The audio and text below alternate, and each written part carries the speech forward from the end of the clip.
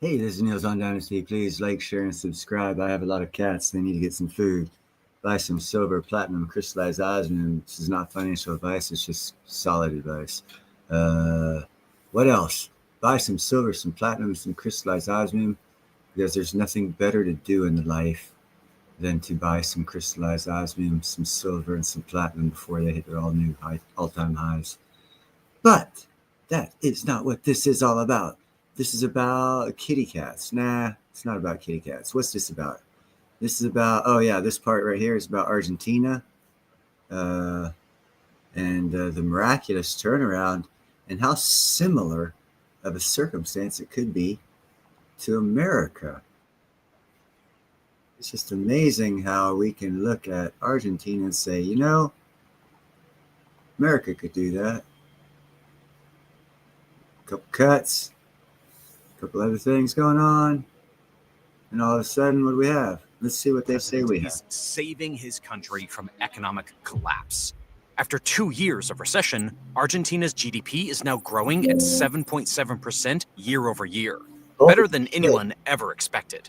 And they were supposed to have been like collapsing and had no hope, economic doom, gloom. Oh my God. Anything, then this crazy fool comes on, does something kind of sort of like Trump wanted to do or is trying to do, but getting stopped. And all of a sudden, inflation's gone. GDP is double what it was. It's a miraculous thing that's happened. All that one coming. Hyperinflation is disappearing. What's up, Deplore? Reporting its first fiscal surplus in decades. This is the first time in almost 100 years not kidding, Deplorable. Argentina returns to normal. Oh my God, especially if like you have an overgrown government. If you look at our government from 1971 till now, all our government has done is grown, which makes it look like the economy's grown. So we have the exact same problem as Argentina. So therefore, I've always said, and on a few of my streams and shows from about a year or so ago when they started this cut thing, I was like, it was a foretell of what's coming to America. And it seems to be that way. It used to be one of the wealthiest nations in the world. Sweet, glad to hear that. Now brother. It's on track to thrive again. So let's dive into what President Milei is doing to grow his country's economy. Let's hear what the reason why Milei's policy stands out so much is because of what his predecessors did. You could argue that Milei's policies aren't that genius. It's just that Argentina's previous leaders did such a terrible job, and the new president only had to reverse their decisions. So let's first take a look at Argentinian history. Sound familiar? And try to understand what went wrong. Imagine being able to build anything just by thinking about it. Just by Meet thinking about Base it. 44. Stories like this one, they don't get promoted by the algorithm. A lot of people still have no idea what's really happening in Argentina. No shit. So if you want more content that actually shows what's working, hit that like and subscribe button right now. It helps the story reach more people who still think Argentina's hopeless. The country of Argentina is relatively young, as it got its independence from Spain in 1816 and its constitution in 1853. This constitution was closely inspired by the US, and Argentina became a representative democracy. Initially, Argentina was the place to be. Its GDP per capita surpassed that of many European nations from the 1890s to the 1910s, and it even exceeded the US in some years. Yep.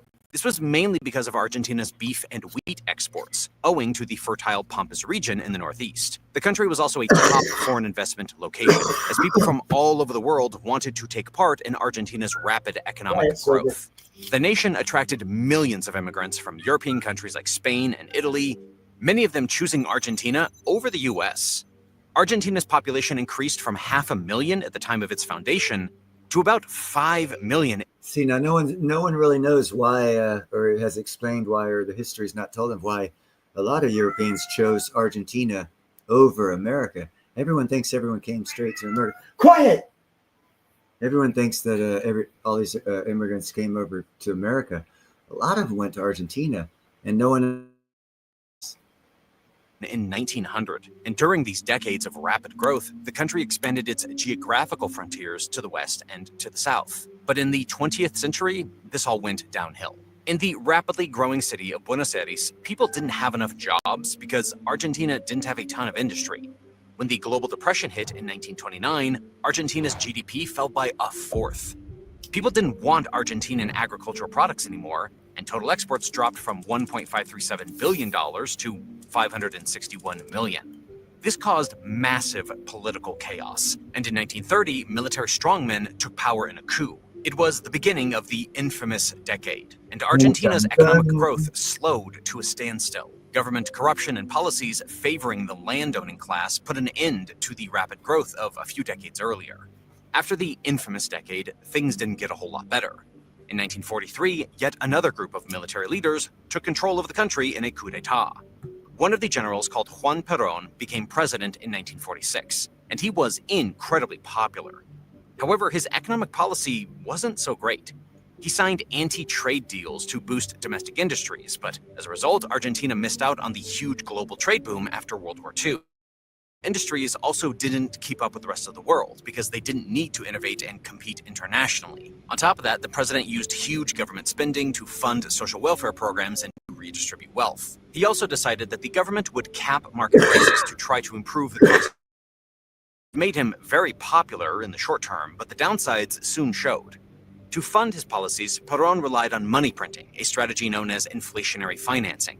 From 1948 to 1950, the peso lost about 70% of its value, and the inflation rate peaked at 50%.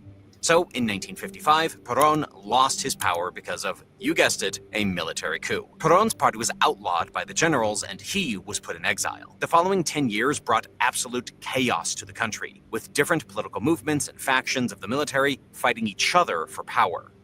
In 1962, there was another military power grab. 4 years later, in 1966, General Juan Carlos Onganía took control with a coup d'etat called the Argentine Revolution. He established an authoritarian regime that ruled over the country for 7 years. His economic policy also didn't work, and the population began to revolt against him.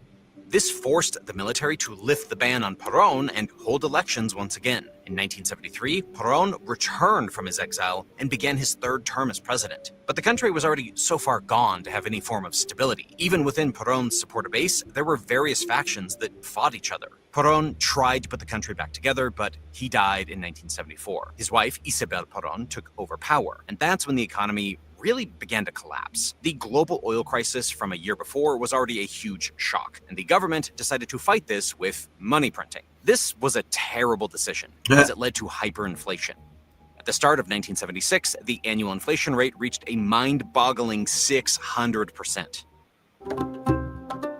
Better streaming, better prices. Sorry, had to cut that. For the military leaders, this was once again a reason for a military coup. The following military government, called the National Reorganization Process, became one of the most infamous dictatorships in the country's history. State forces, along with fascist militias, hunted down up to 30,000 leftists, which was called the Dirty War. There were also many left-wing terrorist groups attacking government forces. Because of the continual economic decline of Argentina, the regime was losing support. Foreign debt had grown to $45 billion. Real wages lost 36% of their purchasing power, and unemployment was at the highest level since the Great Depression at 18%. After a failed... Now, I just did a show about purchasing power on a personal aspect of when I leave here in California. The purchasing power of a dollar is only 88 cents. And I'm early retired, get my early retirement, go to Alabama, where my purchasing power of a dollar is $1.12, which means my purchasing power goes up 24%, in case you're wondering what purchasing power is. War with Britain over the Falkland Islands, the military lost its political support and was forced to restore democracy in 1983. The return to democracy seemed great on paper, but the following 40 years would bring absolute economic collapse. Now, we can't really blame the first Democratic president, Raúl Alfonsín. Many of the public enterprises left behind by the previous governments were running at huge deficits. He could either let them go bankrupt, which would cause massive unemployment and an economic collapse, or he could support them with government financing. He chose the latter, but there was a price to pay. Inflation got into the hundreds of percentages. Meanwhile, the currency exchange rates collapsed, as Argentina couldn't compete internationally. President Alfonsín replaced the currency 2 times to devalue it, but it was unsuccessful. Annual interest charges were $5 billion, which President Alfonsín simply couldn't afford. When he lost his financial lifeline from the IMF in 1988, things got even worse. The inflation rate reached 5,000% in 1989. And there was a widespread food shortage. Soon, massive riots began as people looted the supermarkets for food. After this disaster, Carlos Menem was elected president in 1989. He privatized almost every public enterprise except for a few banks. Argentina was also finally reopening to international trade, but it was already too late. Prices from 1975 to 1991 had increased 20 billion times due to hyperinflation, and wages adjusted for purchasing power had fallen dramatically. In the 1990s, Argentinian industry was at the same level as it was in 1940. Many of Argentina's businesses were unable to compete internationally, and the country had a trade deficit of $22 billion between 1992 and 1999. President Menem made this situation even worse when he pegged the peso to the dollar by law. The idea was that this would stabilize the peso and reduce inflation, but soon after, it led to currency overvaluation. Basically, this meant that the peso was worth more than it would be in free market conditions. Exports fell, and businesses needed to lower their prices, resulting in falling wages, rising unemployment, and a recession. In order to rescue the economy, Menem started to increase Argentina's debts to provide relief, but the price of this would be paid by the next administration. In 1999, Fernando de la Rúa was elected president. The dollar was on the rise at the time, making the peso even more overvalued and worsening the recession. However, the biggest problem for de la Rúa's administration was Argentina's huge foreign debt, which had exceeded 50% of GDP. That's not a problem for most countries, but the interest rate on new debt in Argentina went up to 16% due to a lack of trust. This forced de la Rúa to turn to the IMF for cheaper loans, but he had to cut government expenses in order to get these loans. As a result, unemployment rose to 20%. Soon, the public lost their confidence in the government, leading them to withdraw huge amounts of US dollars from their bank accounts. In November of 2001, this caused a full-on bank run. The banks were bound to run out of dollars to give to the public, so everyone wanted to be the first to convert their savings.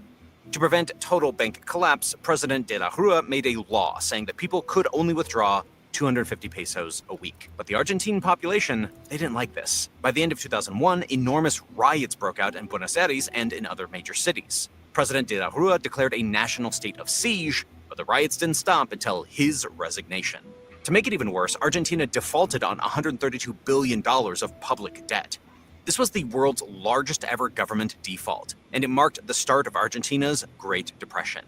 It also led to political turmoil, as the country had 5 presidents in just 2 weeks. In 2002, the new president, Eduardo Duhalde, finally abandoned the peso-dollar convertibility. Long-term, this would make the economy much more stable, but the immediate effects were a lot less exciting. Argentinians effectively lost 65% of their savings value because of a huge drop in them. Watch what magnesium does to your bowels. If you have to wipe more than 4 times after you poop, here. Some things we just don't need to Peso. know. On top of that, the drop of the peso caused massive inflation as imports became more expensive. The accumulated inflation during Argentina's Great Depression was about 80%. Combined with the loss in savings, this resulted in a huge decline in living standards. By the end of the Depression in 2002, unemployment stood at 21%, and 57.5% of the population lived below the poverty line. 300,000 people had left Argentina, searching for a better future elsewhere. Things began to improve when Nestor Kirchner took office in 2003. Under his government, Argentina's GDP grew by 8% a year, and 11 million people were lifted out of poverty. This wasn't sustainable, though. It turned out that Kirchner made exactly the same mistakes as his predecessors. With his left-wing populist ideology called Kirchnerism, inspired by the previous Argentinian leader, Perón, this president pushed for centralized control over the economy. He nationalized various companies, imposed price controls, and implemented large import and export taxes.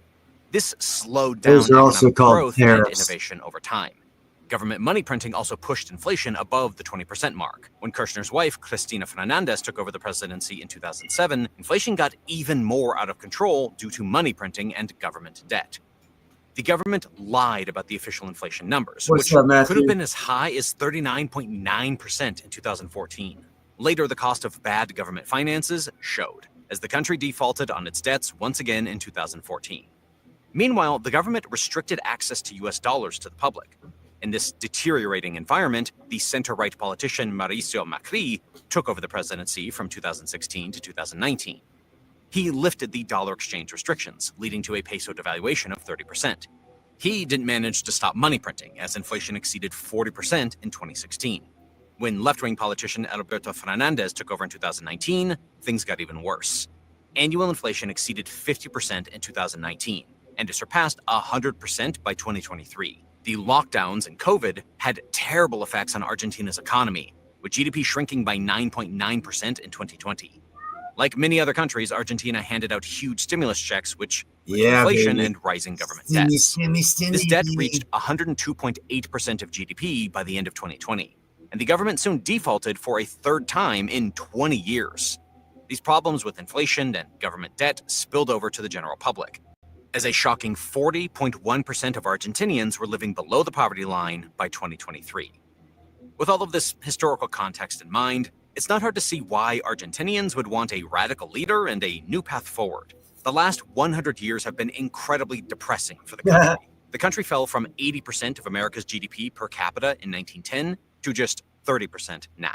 Wow. Looking at the last century, one thing becomes clear. The country had a terrible government policy.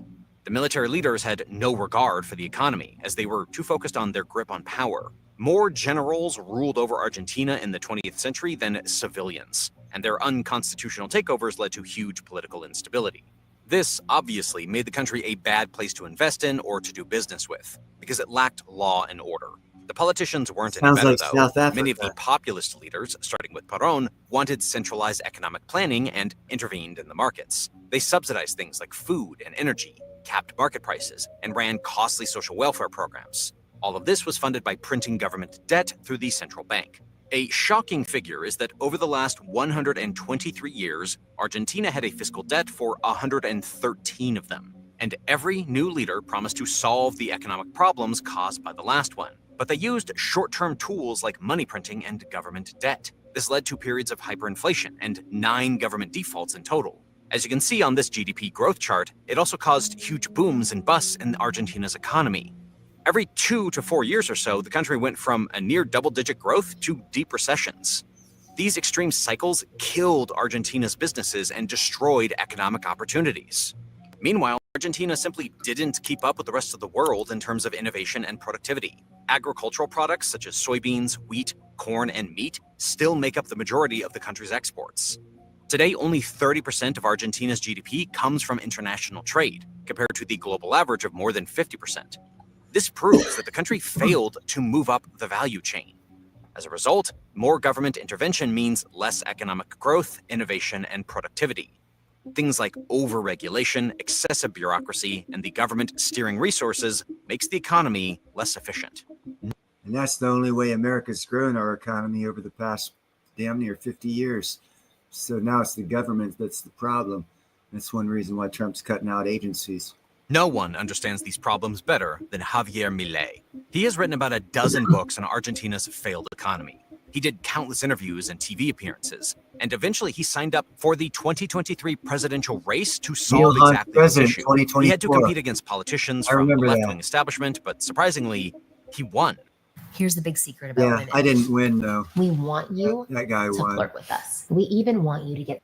I don't care what you want. Before we dive into this presidential term, though, let's first truly understand where Milei comes from.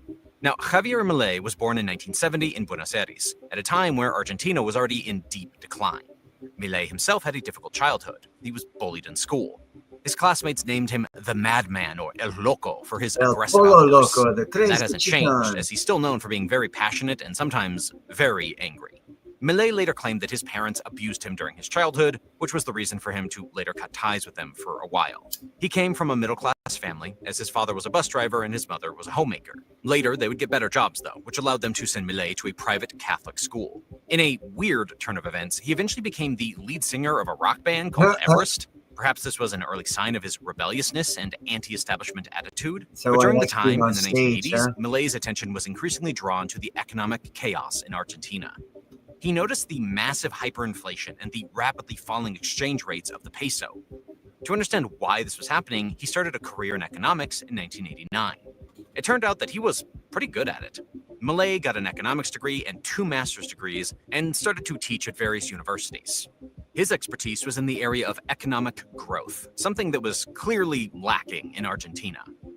Later, he would get roles at various banks and financial institutions as an expert and an advisor. But during this time, he was continuing to self-educate, reading tons of books on economic theory. And eventually, he stumbled upon the Austrian School of Economics. This shaped the rest of his life, as he based most of his political and economic thinking on this school of thought. It's a group of economists that was founded in the late 19th century, and they were, and still are, very contrarian. Very contrarian. Gerald, you never have to worry about that. I'm pushing what Javier Milei is doing. I think it's like the chapter ahead of what we're going to be doing. Look there, whatever they're doing, we're going to refine it, take the good, get rid of the bad, and do that here to repair our system, basically. They advocated for minimal government interference, free markets, and the abolishment of the central bank. Milei was very impressed by this economic theory and said that everything I've taught about market structure in the last 20 years in courses on microeconomics is wrong. This belief is also why Milei became an anarcho-capitalist or a radical libertarian, basically someone who ideally wants to abolish the government and have a society based on freedom and individual rights. And, of course, corporations. He would not immediately turn to politics, though. The real turning point in Milei's career was his growing presence on national television. He was one of the most vocal critics of the left wing for years, starting in the 2010s. In 2018, he was the most aired economist on Argentinian television, with a whopping 235 interviews. Reason for his popularity was the lack of his filter, as he often insulted his rivals or gave no nuance at all. He called the state a cancer and said, "The state is the enemy." He also said inflation was theft against the people, at a time where inflation was once again rampant.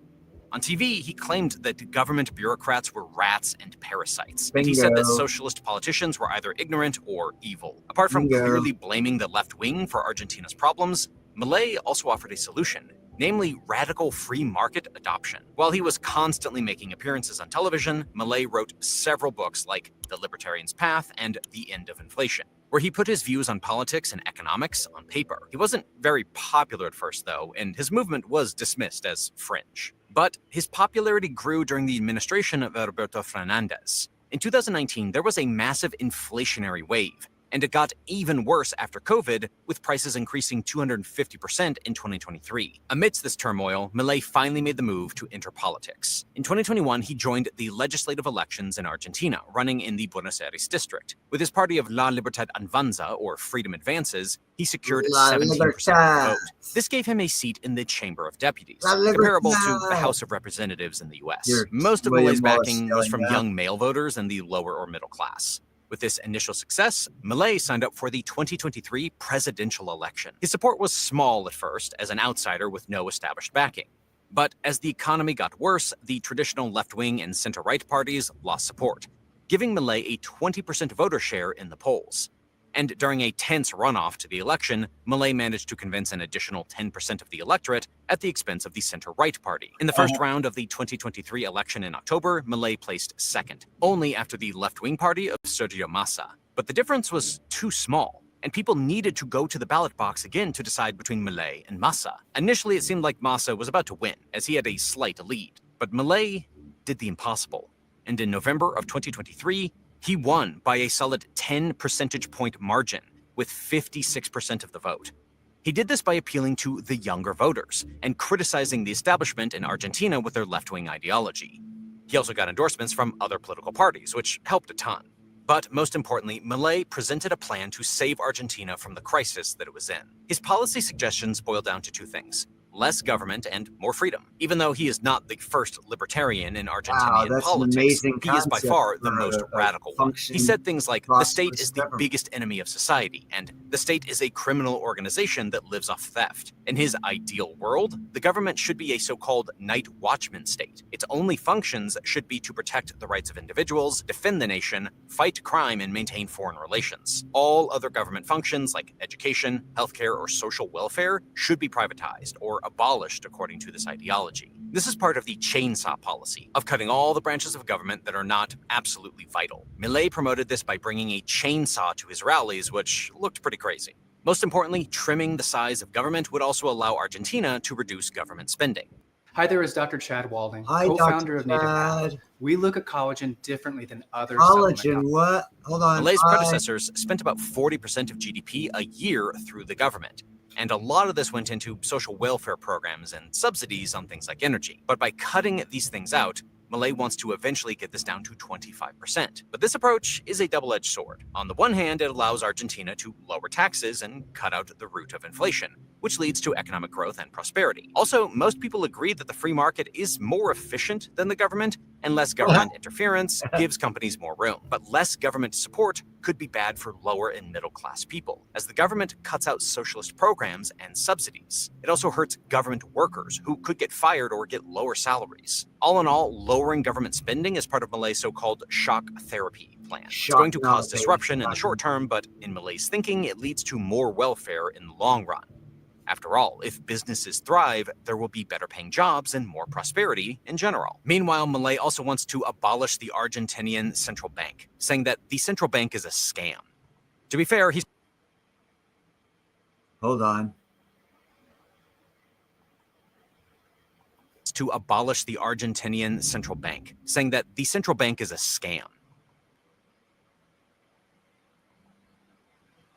To abolish the Argentinian central bank, saying that the central bank is a scam. Do you like this guy or what? To be fair, he's not the only one criticizing the Argentinian central bank.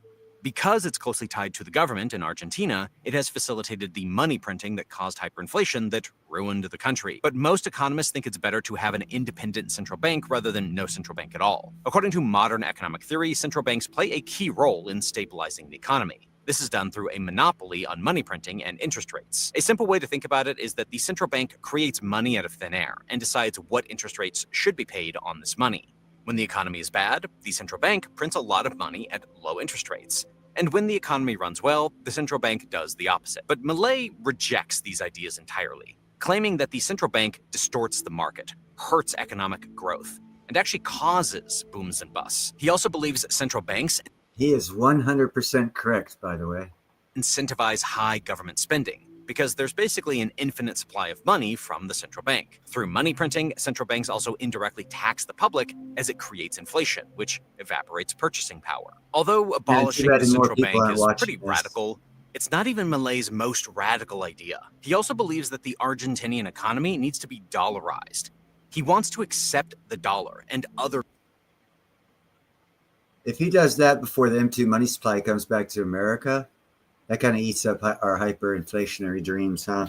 Along with all the financial institutions that are going to be printing or creating stablecoin back one-to-one with the dollar, they'll have to eat up a lot of the M2 money supply coming back that's supposed to create hyperinflation in America, which means the pipe dream of hyperinflation happening in America with what's going on in Argentina, wanting to accept the U.S. dollar as their currency, along with financial institutions creating stable coins backed one-to-one with the dollar, which Congress has already passed, which is a digital version of the replication of the 1836 to 1862 economy, where Congress allowed banks to create money instead of having any kind of a centralized banking system. Very prosperous for us Americans. For global currencies as legal tender. This is different from the plan to peg the peso to the dollar, something that has been tried before and failed miserably, according to most economists. Milei said that we're going to let currencies start competing. He also added that at some point, there are going to be so many dollars in the economy that maybe that day we'll be able to close the central bank. And on that day, if I am still in government, I doubt not that I will close it. This is because the central bank only controls the peso, and it has no power in a dollar-dominant economy. Argentina wouldn't be the first Latin American country to adopt the US dollar, as Ecuador, El Salvador, and Panama have done the same. Generally, the US dollar made those countries more stable. Some people are opposed to this idea, however, because it takes away from the sovereignty that Argentina has over its economic policy. The US dollar is made in the US, and Argentina has no say over its supply. This means that the government or the central bank can't support the economy during a crisis. Although Milei doesn't believe that this is necessary. Were you fired without warning? Oh my God! For reasons that just didn't feel right. Reasons that just didn't feel. Necessary. Even though the Argentinian president is an economist at heart, he also has pretty controversial views about politics. He is very critical of the left, which is why so many people label him as a far-right politician. Milei thinks that if you're on the left, you are a terrible person. He also thinks that socialism is a murderous system that only creates misery.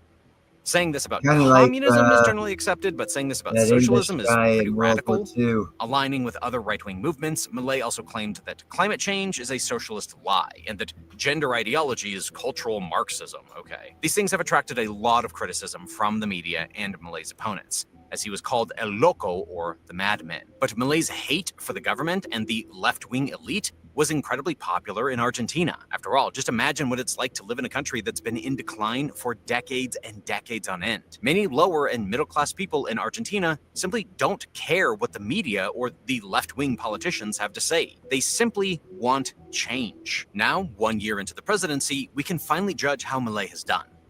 Politically, there are obviously widely different opinions on his actions. The president in Argentina shares many similarities with new U.S. President Donald Trump, also on issues not related to the economy. He withdrew from the World Health Organization. He wants to combat illegal immigration, and he wants stronger law enforcement. He also abolished several government ministries, including the Ministry of Women, Gender, and Diversity. He also launched a war on wokeism, which he claims is a cancer that must be extirpated. All of these policies make Millet very controversial and divisive, with parts of society loving him and others hating him for it. But Millet's approval rating is doing all right. At the 1 year mark into his presidency, his approval rating was higher than the previous two presidents. The reason has to do with the economy. Defying most expectations, Argentina is making incredible progress on the economic front despite cutting government spending. Fixing the economy was Millet's main selling point, and he delivered. Millet said that we are already delivering a wonderful government. In fact, it's the best government in the history of Argentina. You can decide if you believe this or not, but the economic figures don't lie. Argentina escaped a 2-year recession that it entered back in 2023, and the future is bright for Argentina. The OECD predicts 5.2% GDP growth in 2025 and 4.3% GDP growth in 2026. This economic recovery was way faster than expected. And most importantly, it happened while Millet cut the government budget by an estimated 31%. That's more than 10% of GDP. Something that's never been done before in Argentinian history. As a result, the country has recorded its first fiscal surplus in 14 years, and it can now start to pay off some of its debts and become more financially responsible. Hold on a second. So if Trump does the same thing, we could start paying off our debts, and oh wow, cool, interesting. Yeah, people need to watch this. It's a huge difference compared to the previous administration, which ran at a deficit of 4.4% of GDP in 2023. Economists are surprised because, according to modern economic theory, the government needs to increase spending to get out of a recession. A rapid reduction in spending could actually hurt the economy and spark a further recession. But the shock therapy largely worked, as the private sector expanded so rapidly that it made up for the loss in government spending. Meanwhile, Millet's approval ratings are holding up, with one of the highest approval ratings globally. In an Oh, by the way, we just got around $5 trillion of new investment for building here in America and manufacturing. So the same thing's happening right now in America that they're talking about here in this video. And that's where I've said there's going to be a V-shaped recovery. It's coming here very shortly. I'd say end of Q3 this year, you should see light at the end of the tunnel, and it's going to look good. interview with the Financial Times, Millet said that I have a 50% approval rating after carrying out the biggest austerity program in our history. It's a miracle, isn't it? On top of that, the inflation rate has dropped tremendously. When Millet got into office, there was hyperinflation, with the annual inflation rate exceeding 200%. Now, inflation is at a 5-year low because Millet stopped printing money. However, not everyone likes what he's done so far. At the very beginning of his term, Millet removed 13 government agencies. Yes. 30,000 federal employees lost their jobs, or about 10% of the federal workforce. What's up, Darren? Millet claimed he fired even more, saying What's that up, Mo? 50,000 were dismissed. The government also doesn't renew contracts anymore. As a result, the unemployment rate went up 1% initially. The government employees that stayed had their wages diluted due to inflation and a halt in salary increases. Millet's idea is that lower government spending and lower taxes could fuel economic growth, and the people who are dismissed could then get hired by the growing private sector. However, many people have a hard time adjusting to this. Another group that's been hit hard in Argentina is poor people. This was the biggest point of criticism against Millet's government. He cut all kinds of subsidies and reduced funding for social services. The poverty rate was already terrible when he got into office, as it stood at 42%. During the first half of 2024, this increased to 53%, pushing 3.4 million people into poverty. Many experts and journalists called the Argentinian president out for this, claiming he's betraying the poor. For a while, there were also violent protests in Buenos Aires against the government's economic decisions, but that's calming down already. In the second half of 2024, the poverty rate fell to 37%, according to private estimates. That's lower than when Milei got into office, and it would mean that more than 7 million people were lifted out of poverty in 6 months. There are a couple of reasons for this. Most importantly, inflation has slowed down and purchasing power stabilized. The private sector is also finally growing under Milei's administration. Purchasing power. If you can move from one state to another and gain 24% purchasing power, that does wonders. The people just don't even know. Which one of these alcoholic beverages actually flushes out edema? All alcoholic drinks make tequila, which allows people to work their way out of poverty. In his New Year's address, the president also claimed that his administration is delivering social support way more efficiently. There was a lot of government waste under the previous administrations, and spending less doesn't always lead to less support for poor people.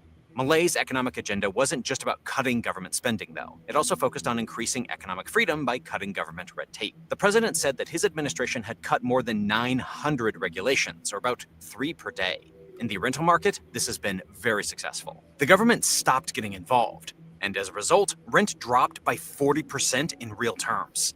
And the supply of rental properties in Buenos Aires jumped by a huge 300%. This is just one example where less government regulation can lead to more economic prosperity. Moving to another aspect of economic freedom, namely taxation, Milei is making less progress. Although export taxes have been reduced, income taxes slightly increased. The president wants to be fiscally responsible, and it's hard to cut taxes while moving out of a government deficit. But Milei has promised to start cutting taxes this year, which would help consumers and the private sector. Very true. Eventually, he wants to reform the tax system entirely to make it way less complex. He wants no more than 6 kinds of taxes, removing 90% of the number of existing taxes.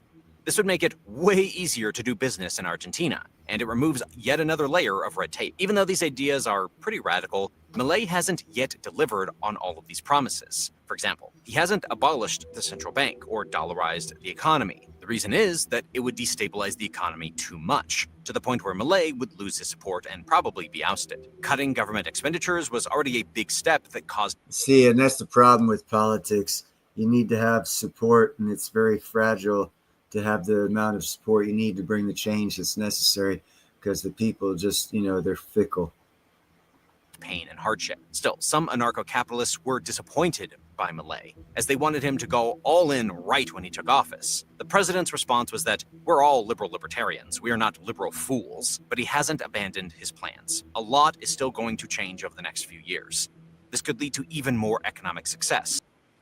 More economic success for Argentina. Argentina. Like I said, that Argentina. All right, let me share screen, get you another cool video here. Let's see, which one are we going to do now? You guys will like this one, no? Maybe? Yeah, okay. Sure, you talked me into it, folks. You talked me into it. Here we go. Here's another thought process. Quiet, Silver. Here's another thought process for you. Everyone's on board with screwballing, jacknabbing, whatever the hell you want to call it, Trump, because of Epstein. Now he screwed a couple girls too because the media said it. And we're all getting into stupid. But let's see what stupid really looks like here. Okay, here we go. I just want to let you know I'm proud. I just want to let you know I'm proud. What's up, guys? Obviously, this is Benny Johnson. I can't square with this whole ongoing smoldering Epstein saga and the Trump administration is why they're taking the L. Why? Why take the L when you have nothing but W's that you could put up on this? I mean, you have a director of the FBI and a deputy director who've been promising to release everything on Epstein and then prosecute all the criminals involved with Epstein. You have President Trump, who, again, according to all available evidence and information, has a spectacular track record with Epstein, including but not limited to President Trump mainstreaming Jeffrey Epstein when he was running in 2016. Yeah, it's 10 years ago. To hide with Jeffrey Epstein? Like, do you think that he'd make comments like this as he's kicking off his presidential run? Bill Clinton.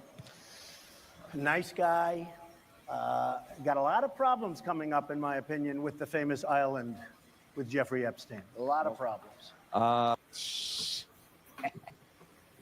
You know, he wasn't even asked about Epstein here, but Trump brought it up on purpose. You raised the question of Jeffrey Epstein in your remarks about in the Q&A. Well, I think he's got a problem. I mean, what do you think the problem will be? I don't know, but that island was really a cesspool. There's no question about it. Just ask Prince Andrew. He'll tell you about it. The island was an absolute cesspool. So he brings up, like, the world didn't even know about Bill Clinton and Prince Andrew at this time. It shows how much Trump knew was going on, how disgusting it was. The reason why Trump found it disgusting and is not a part of it, and I believe that in my bones, is because, well, I mean, wouldn't the deep state have used this information against Trump in 2016? Wouldn't the immediate response to this clip be like, yeah, here's the videos, here's all the videos and all the stuff we have on you? You know they would have done that. They released everything else on him. They shot him in the head. They released the Access Hollywood tape. You're telling me that the deep state held back the literal Trump card to end Trump's political career? Shut up. You know, shut up. Like, I love it. They released everything they could. Trump is, if anything, the single most vetted candidate in the history of the world because they've released everything, every scrap, every piece of dirt they have on the guy.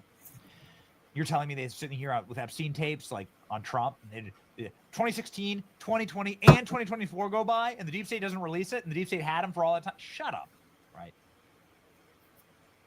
Trump kicked Epstein out of his club. Trump tipped off the Palm Beach police that Epstein was a pedo.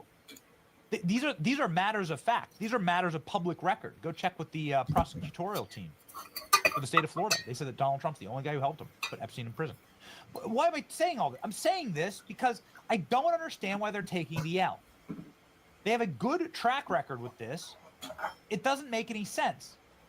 You know, now their strongest allies are out here like raging and screaming, you know, Pam Bondi's got to resign, head's got to roll. And the reason why is because, like, these individuals like Megyn Kelly, Tucker Carlson, Steve Bannon, they care about the movement. When you have Glenn Beck and Tucker Carlson and Steve Bannon and Megyn Kelly and Jesse Waters and Greg Gutfeld and all of these guys saying this is a nightmare, it's a nightmare. Okay? It's a nightmare.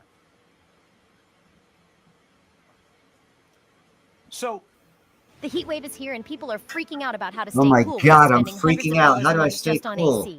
Hold on, let me watch this commercial. Damn, I skipped it. Sorry, guys. How do you fix it? Because what you need is a durable coalition to continue the MAGA movement through President Trump's single term, right? And that's what really concerns me right now, is that the MAGA base feels betrayed. On Theo Von's podcast, before J.D. Vance and Donald Trump romped to their landslide victory, J.D. Vance demanded that the Epstein list be released. Vice that's much worse. Everybody in politics has a vice that's much worse than alcoholism is the way that I put it. But we release the list. Seriously, we need to release the Epstein list. That is an important thing. Agreed. 100% agreed. Well done. J.D. Vance, speaking for the base. J.D. Vance's past social media commentary on the existence of Jeffrey Epstein's client list has come back to haunt him as he defends the Trump administration's handling of the investigation. The Vice President said this week backed Trump Attorney General Pam Bondi came under fire for backtracking on the campaign promise to release the highly sought-after Epstein evidence. After years of spouting promises to release the list, the administration this week sensationally claimed no such list exists, sparking criticism from Trump's most loyal supporters. Donald Trump didn't do anything wrong with Jeffrey Epstein, Vance told podcaster Theo Von when he was confronted by Elon Musk's wild claims about the so-called list. Whatever the Democrat and the media say about him, this is total BS. The vice president to Donald Trump said, "My loyalties are always going to be with the president." For the past several years, Vance himself has been one of the most outspoken critics of the former administration's handling of the Epstein investigation. As early as 2021, posting on X, Vance staunchly believed the client list existed and the public deserved to see it. Let's go ahead and look, shall we?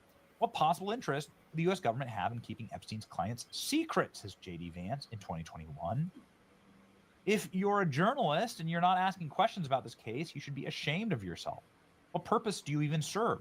I'm sure there's a middle-class teenager somewhere who could use some harassing right now, but maybe try to do your job once in a while, says J.D. Vance in very strongly worded statement on December 30th, 2021, after the news of the sweetheart deal to keep Ghislaine Maxwell's little black books of contacts secrets, right? This is what he was responding to. Are you paying attention yet? DOJ and Ghislaine Maxwell lawyers have made a deal that her little black book of contacts will never be made public. Wow. J.D. Vance based on that issue, saying journalists need to look into this. I think about this column about once a month, says J.D. Vance. And we'll tell you what the column is. This is also 2021.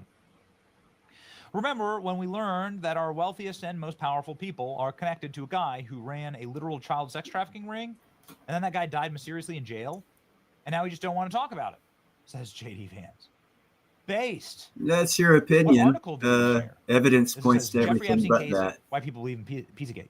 Mysterious cabal of billionaires and politicians and Hollywood bigwigs. What's up, running an Knackers? International sex trafficking ring? Ridiculous, right? The article, which is well written, goes on to say the fact that this is real, that Jeffrey Epstein absolutely did he definitely did these things, and he's this powerful. Like, it goes through all of the details that we know. No speculation in this article, just the details that we know about Jeffrey Epstein's sordid affairs and cover-ups. That, like, this is why nobody has any faith or trust in the federal government. That's what the article says.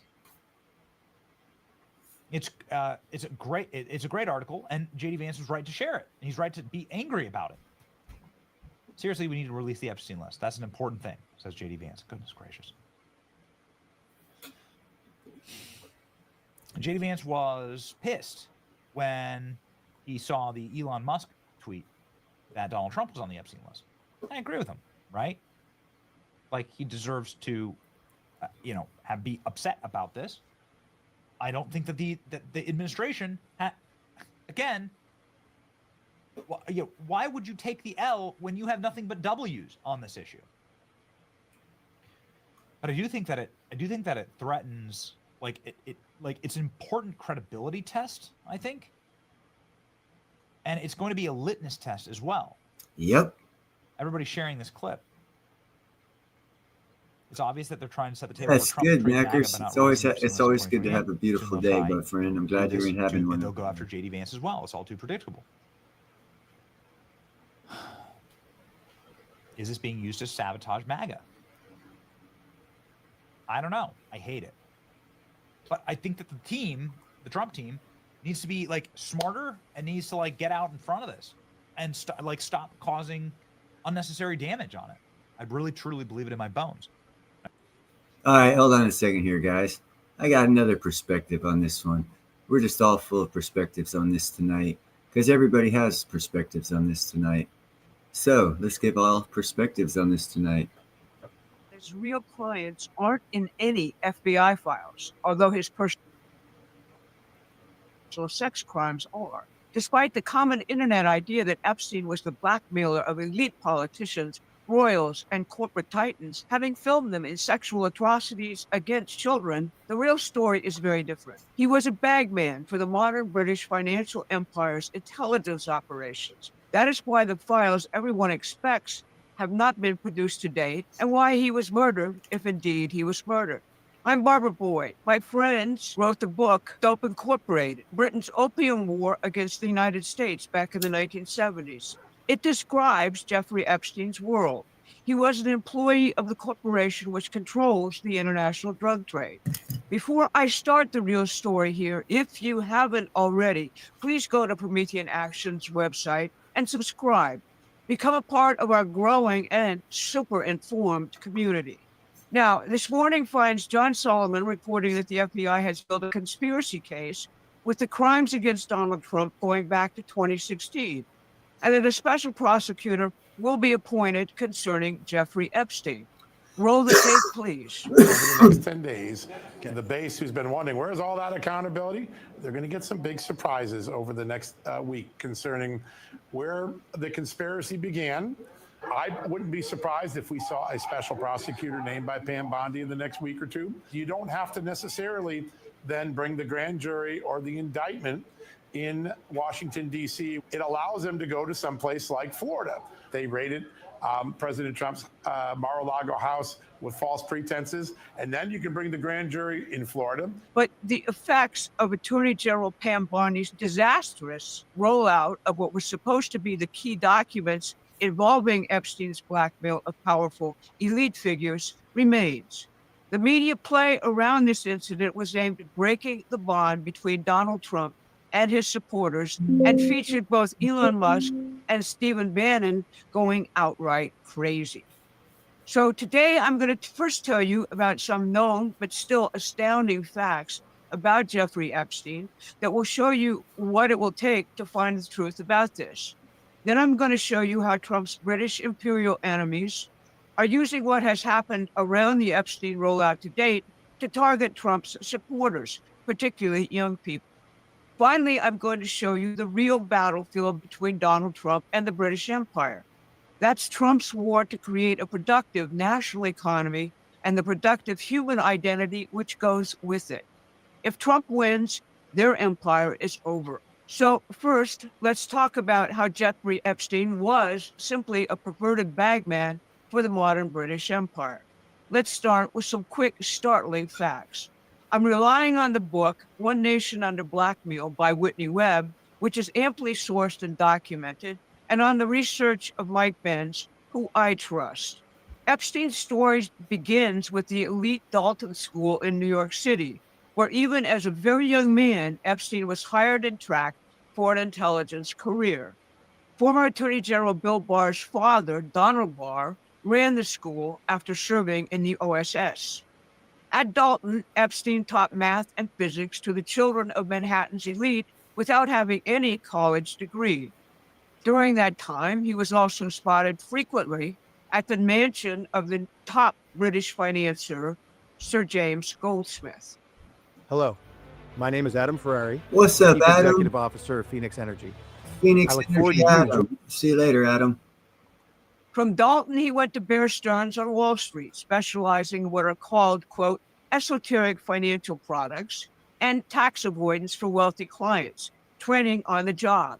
He worked directly for Ace Greenberg, the firm's head.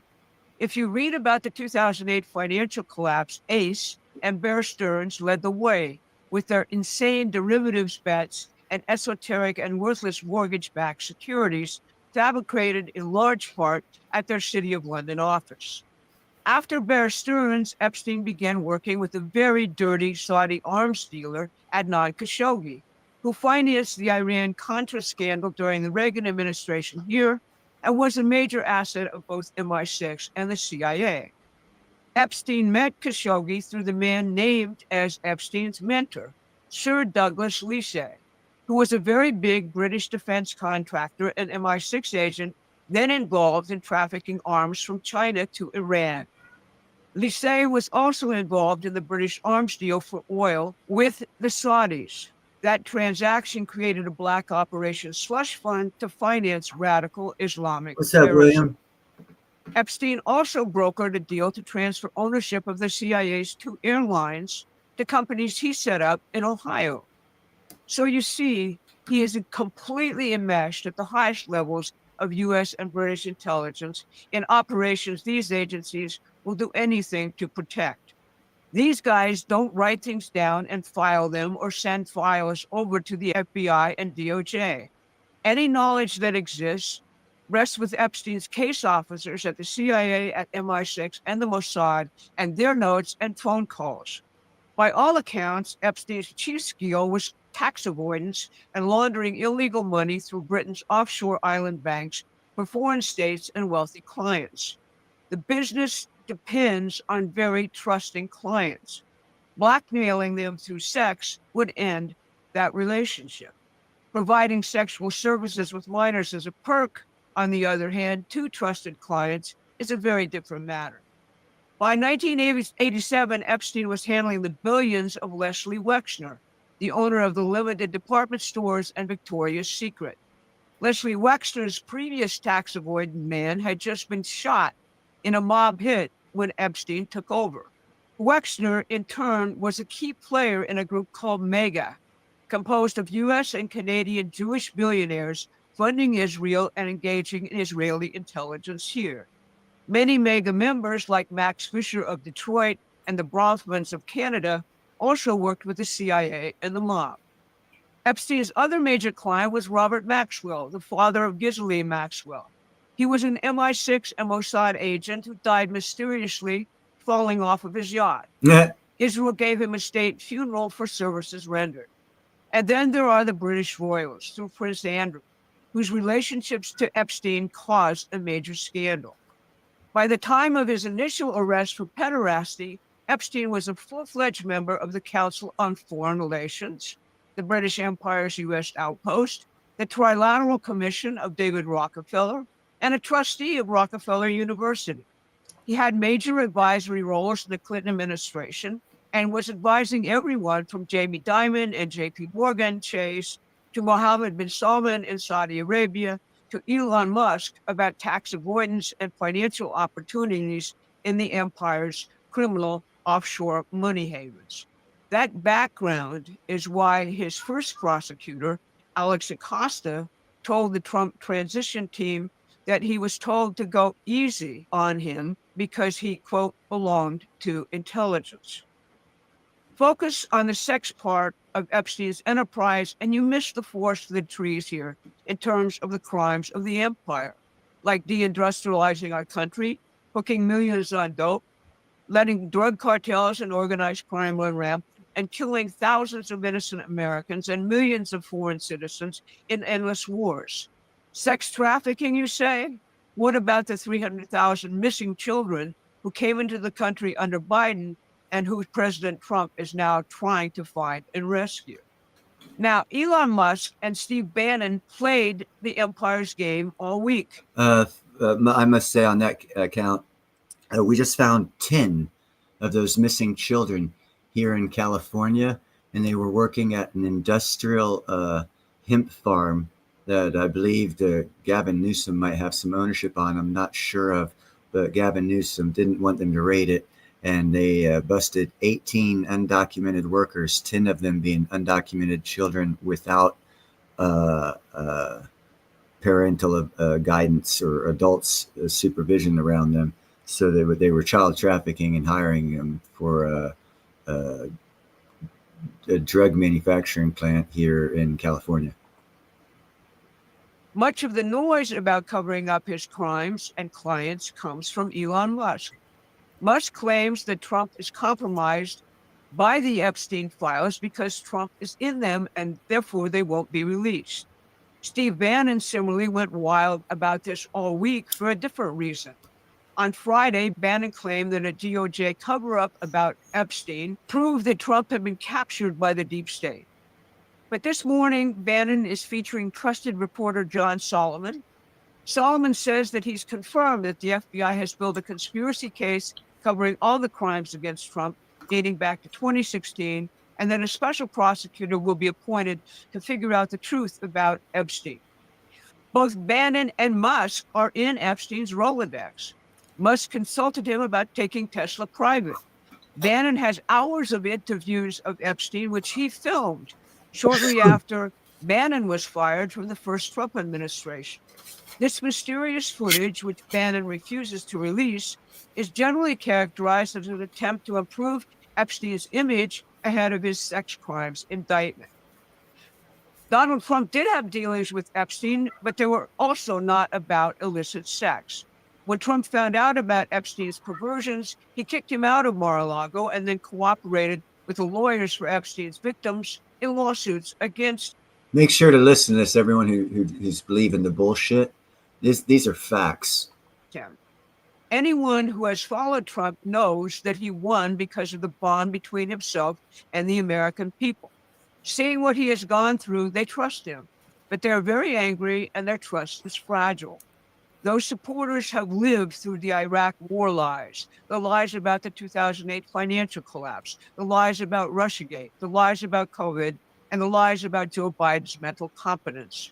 His young supporters have been left financially insecure and socially adrift by an elite which hates them. Knowing about this one supplement will Ooh, let's talk about supplements. New study reveals microplastics. Microplastics are found in new What might be called the Files fiasco operation was aimed at breaking that trust. Many of the people who participated in the 10-year coup against Trump are still at the CIA, the DOJ, the FBI, and the State Department as of last week, and no doubt they played a major role in the Epstein files mess. But the news this morning is that finally, many of them are being fired. If you bought into the Epstein hysteria, ask yourself if you know about the real enemies who engineered America's economic and cultural destruction and the gigantic transformation Donald Trump has undertaken, which could end the British imperial empire and their crimes once and for all. Promethean action exists to help you identify the real enemy and join the president in defeating him. This brings us to the real battlefront. President Trump's drive to revive a self-sufficient, sovereign, and prospering U.S. economy and end the wars which defeat economic development. For the first time in 50 years, Trump is promising a full-set, self-sufficient, productive economy capable of supporting a family on one income and an end to the forever wars. His goal has wage earners able to buy a house, a car, and live the prosperous life of a family from earlier times. With this change comes the wonderful identity of a producer, a builder, not a wage slave, in a gig economy where you are entertained into political passivity with drugs, porn, rage-producing scandals, and staged political circuses, and similar mind-deadening devices. Trump is tossing out the entire British free trade system, which became dominant here again in August of 1971. That's when Richard Nixon destroyed the stable Bretton Woods credit system and replaced it with a British-authored economic scheme, the so-called post-industrial economy. The modern British financial empire, misnamed the deep state by many, knew Trump would do this. That's why they launched Russiagate, centered on the fabricated claim that Trump was being sexually blackmailed by Putin. Sexual blackmail scandals, real or fabricated, is, after all, a British intelligence specialty. That's why their House of Lords admitted explicitly in 2019 that the empire could box Trump in for one term, but not two. So don't be misled by their narratives, their headlines, or your own pessimism and fear. You have to find the courage to qualify yourself to fight this war at the highest levels of intelligence and statecraft. That's what President Trump is doing in a manner not seen in modern times, and he is winning. He is relentlessly focused on building a prosperous future here, while completely bending our international relationships to favor economic cooperation between sovereign nation states and peace. In the next 2 weeks, Susan Kokinen and I will be pioneering a new live question and answer show here on YouTube with our subscribers. Our email newsletter subscribers will be the first to know about the time of this new show, so make sure you're signed up now. So what y'all think about that? What you think about that? Huh? And I got something off the fucking out in the field for the next video if you guys want to fucking hang out for it. I figured I'd throw that political crap out first, give you a different perspective. And again, the real question is, if Trump actually had sex at Epstein Islands and they have tapes, why in the first 72 impeachment attempts didn't they bring that up? Because they could have easily had him impeached. I mean, that's like the trump card to get Trump out of office if that was true. Why now, when there were so many better opportunities to bring this, if it is in true factual information, to the table? They should have done it 6-8 years ago when they could have actually kicked his ass with this information. But apparently the tapes didn't exist back then. The evidence didn't exist back then. It just now all of a sudden started to manifest itself into reality. That's also called a fabrication. Just letting you know, the next couple months you'll probably figure that out. When people say Trump pays 5D chess, and other people say, what is 5D chess? If you have to ask what 5D chess is, you ain't going to understand. But trust me, the man is way ahead of the curve. Right on, pseudoscience. Yeah, I just got hooked up with those people because I kind of sort of have been on that mindset of knowing stuff happened a long time ago that are affecting the here and now, because it just didn't seem right. So I started doing some investigating, and I found them, and I was like, this actually makes sense. Well, he's not guilty of anything. That's the thing. I mean, we've seen this 7 or 8 times throughout the past 8 years of what they try, and we still believe them when they try it until it's proven that, oh, what is it, Russiagate? Or what is it, the sex law scandal? I mean, which ones? They all failed, but we all wanted to believe them and did believe them until they failed. And this is just like the 17th, 18th time. I mean, I'm sorry, but you have to prove it before I'll believe it. So say what the fuck you want. Proof first. And I haven't seen a damn bit of it. What I have seen is Trump collaborating with the FBI over 10 years ago to get him busted. So that would be a reason for them to fabricate shit. Gandalf, please, I'm live here, buddy.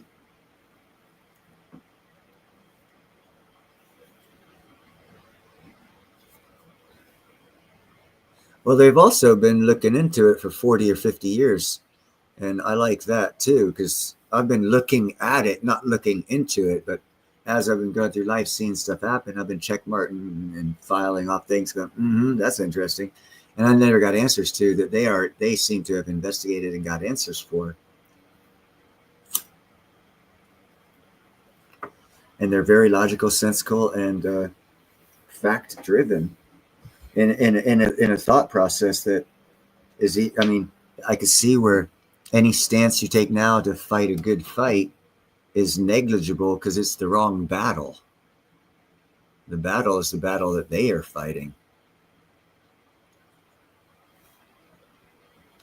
Exactly. Exactly.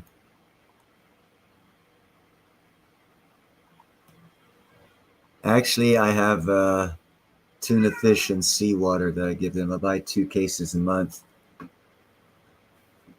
And every other day they get 4 cans. Question everything is the best policy. And having said that, that leads us into dun dun dun, my favorite subject. Space, the final frontier. These are the voyages. Oh, different. Sorry, wrong one. This is NSN. Give the guy a big thumbs up. He's got like 500,000 subscribers. I guess he's pretty big. This, and I've spoke about this before on one of my podcasts, but he's got better visuals.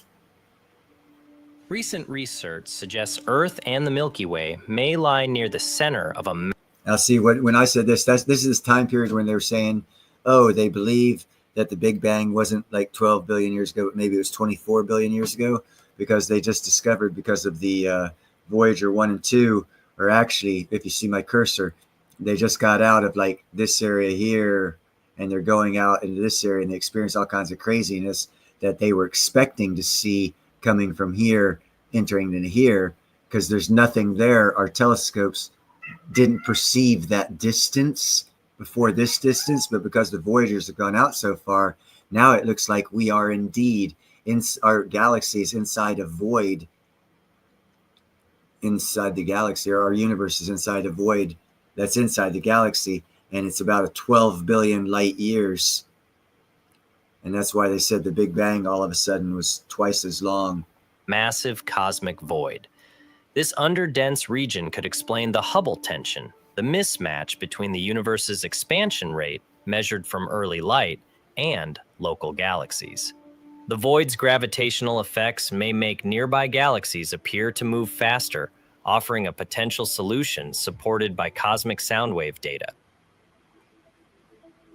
The Hubble constant is central to cosmology, as it determines how fast the universe is expanding. Measurements of the Hubble constant have been taken from both the early universe using the Cosmic Microwave Background, CMB, and from local observations using nearby galaxies. However, these two methods have led to conflicting results. The CMB suggests a slower rate of expansion, while nearby galaxies show a faster expansion rate.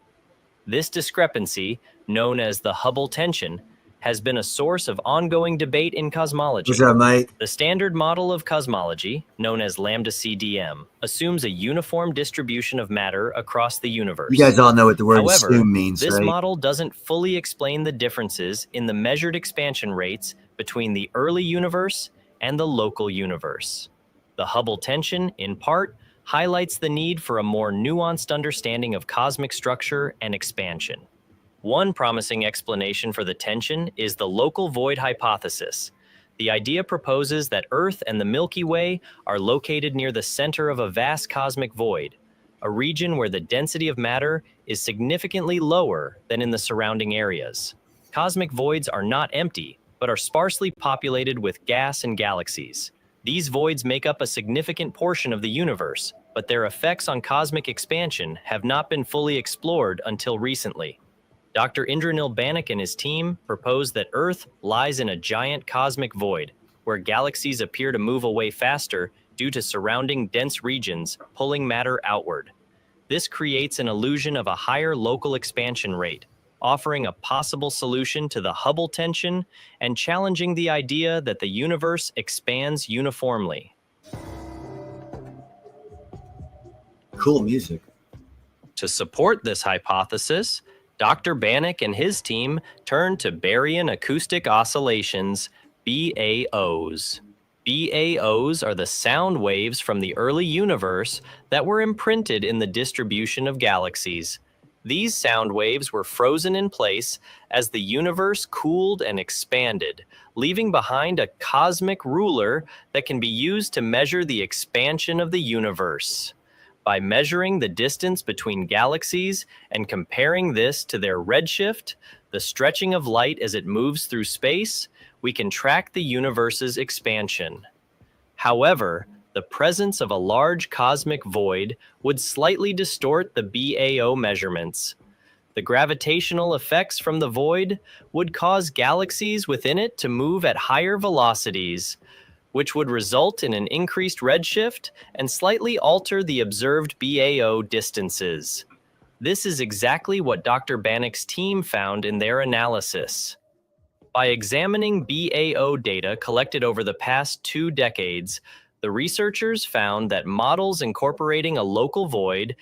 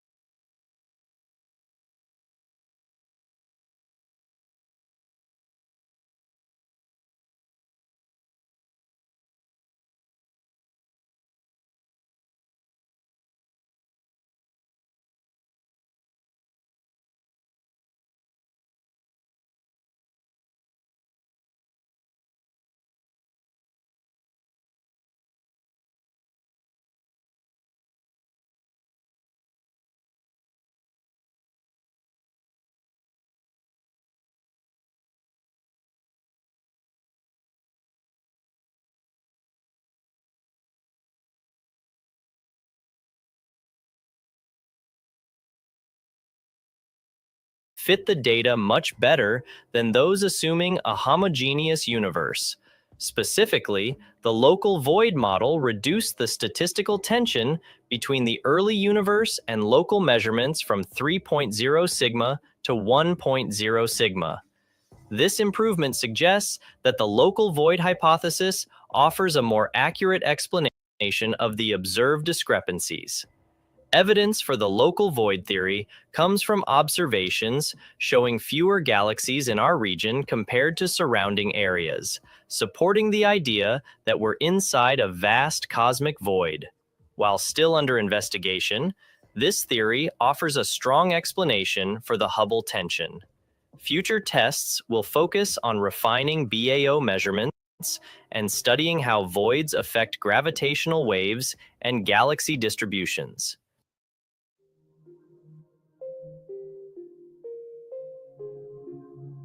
If the local void hypothesis is correct, it would have significant implications for our understanding of the universe. First, it challenges the ELDA-CDM model, which assumes that the universe is homogeneous on large scales. While this model has been highly successful in explaining many aspects of cosmology, it may not fully account for the effects of large-scale inhomogeneities, such as cosmic voids, on the universe's expansion. If voids can cause apparent discrepancies in the expansion rate, it means we need to reconsider how we measure and interpret the universe's expansion. Instead of assuming a uniform expansion across all regions, cosmologists may need to account for variations in density and gravitational effects when measuring the universe's growth. This could lead to new insights into the formation and evolution of galaxies, as well as a better understanding of large-scale cosmic structures.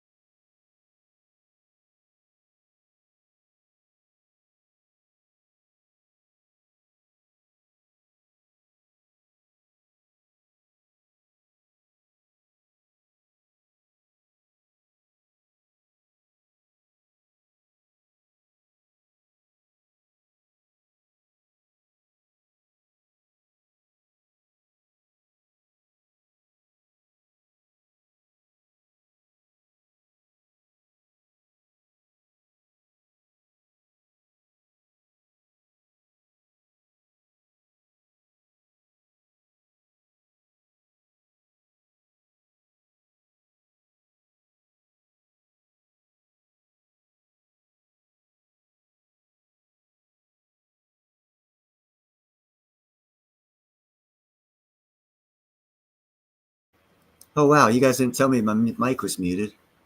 Anyhow, I was talking. Cool, right on. Yeah, the only thing I know is everything's a mind trip because the intensity and the scale of the economic fight going on right now. And since we've never been in anything like this before, the strategies and everything employed are new and hyped up and, Superman sized and all just bullshit, just as has been proven over the past 9 years. And actually, there's a lot of a head of NSA and head of CIA under criminal federal investigation right now for their roles in some of those lies that they sold to us. So knowing that to be actual fact, anytime someone says something against, Trump, I'm like, I'm not going to be the first one to say, oh yeah, no, it's got to be true this time, because every other time it wasn't true and it was proven. So even though the hype was, oh no, it is true, let's hop on the bandwagon of it's true, and it was proven not true. And that is let's go back to the weave. That is what you call 5D chess, and he's been playing it. We've seen it for over 8 years. If you need to rewatch it so you can figure out what the hell is going on, go watch CNN 8 years ago, 7 years ago, 6 years ago, 5 years ago, 4 years ago, 3 years ago, 2 years ago, 1 year ago. Just watch it in history. Everything they were selling, who was selling it, and how it turned out. And it's been historically proven over the 8 years that everything that's been put out to try and bring the man down has been BS. No matter how well or how good the makeup artist was putting the lipstick and the makeup on that pig, it turned out to oink when it came to pay the bill. You know, that's all I got to say. I was a big dummy. Let's see, what's this here? Recording Extra Ranch, no orders. I bet get released at the end, everything's taken from this back. Well, see, that's the thing. If we all agree that it was a Mossad kind of thing, why the hell would the FBI have the files? That's an NSA CIA thing. It's not on American soil. So the FBI would be the last one to have those files. So that in and of itself is the biggest misdirect ever. All that they would have is the files on the sex crime part of it. And that would only be the part of the girls that complained here in America and brought suit against Epstein, which is only a partial file, not the full files. So that's just a sideshow, and it's kind of sort of obvious if you know anything about law. But anyhow, let's see. A scapegoat will not solve the sentiment as threats heads assassins, directors. The committee going together, coming crypto regulatory guidelines. Yes, they are changing those and they're adopting those. Like I stated, Congress has already passed a law several weeks ago allowing financial institutions to create stablecoins backed 1-for-1 with the dollar bill, which will help eat up that M2 money supply coming through. Argentina taking a lot of those dollars. That eats up like $1 trillion worth of M2 money supply coming back. All of a sudden, there is no M2 money supply. So now the whole economic game changes that everyone's selling to you. Holy shit, how's that work? Stick with my channel, I'll tell you.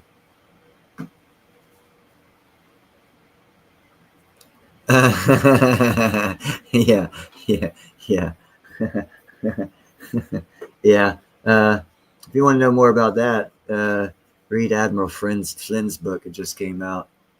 He was head of Trump's NSA for his first term. He knows where the skeletons are too. That's why they trashed him. If you know how the game's played, the people that trash are the ones that know where the skeletons are buried because they're trying to make them look bad. So if they talk about it, you won't believe them. That's also a strategy used by security intelligence type agencies. It's not a normal strategy used by people.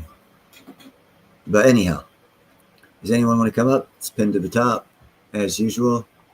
I ran out of my 3 videos. Yes, 100% they will. 100%.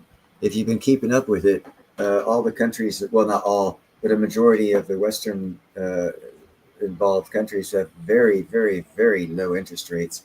And if you know anything about inflation, they say inflation is actual theft. If you know anything about the imperialistic financial control of our system, they're actually making money off of high inflation. Who are they? The British, the ones that have a lower interest rate than us. The French, they have a lower, I mean, every country out there has a lower interest. They have significantly low. You could lower our interest rate by 2 to 3%, and we would still have a higher interest rate than a majority of the world's central banks. So what that tells me is someone's stealing from America. But we're not being told that. No one's telling us we've got the highest inflation, rate, and interest rate, and our inflation is damn near nil. It's going down, just like I was showing you the video about Argentina. Trump's made quite a few cuts. The impact of those haven't happened yet, but they will.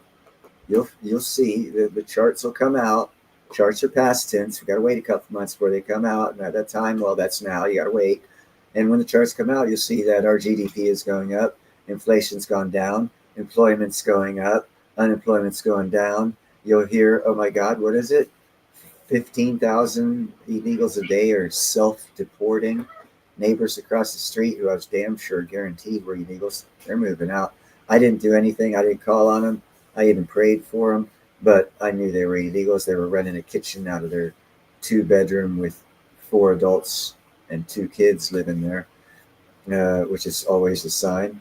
And they didn't speak English, another sign. And they, they just didn't act American. They stuck with their own, just not American. It's not the way Americans were raised. So I knew they weren't. But they're moving out. So there's 15,000 a day self-deporting. There's over 1 million left this year alone, plus the deportations. So employment will get up. Everything by Q3, things will start. You'll be able to see. You'll be able to see the light at the end of the tunnel by end of Q3. I don't know what exactly. Hey, what's up, Zardos? I don't know exactly what that means for everybody, but I will clearly tell you what I see. Oh yeah, and get ready for the crypto. That's fixing to jump too. What you want to look for if you don't know anything about crypto is look at BTC dominance. BTC dominance will raise. That's when you want to buy into your own, do your own research. Altcoin. Look for ones that have been around through a couple of the halving cycles, or ones that have ISO 222 adoption already, which is XRP, XLM, Algo, HBAR, and a few others. Look at those in the altcoin, and as BTC dominance gets to the top, already have your bags loaded on. You do your own research, altcoin cryptos, and as BTC dominance falls, those cryptos will start jumping up, and you can 2, 3, 4, 5, 10x your money in a couple weeks, couple months at that point in time. When that point in time is, I don't know. That's why you got to keep up with the Bitcoin dominance chart. It's not that I know anything about financing. I just look at the historical charts and I see patterns. And wow, they follow the patterns. So if you know the pattern, you can just see the numbers, recognize the pattern, and invest off that pattern. And all experts tell you is you invest off patterns. And I innately can see pathways and patterns and shit like that.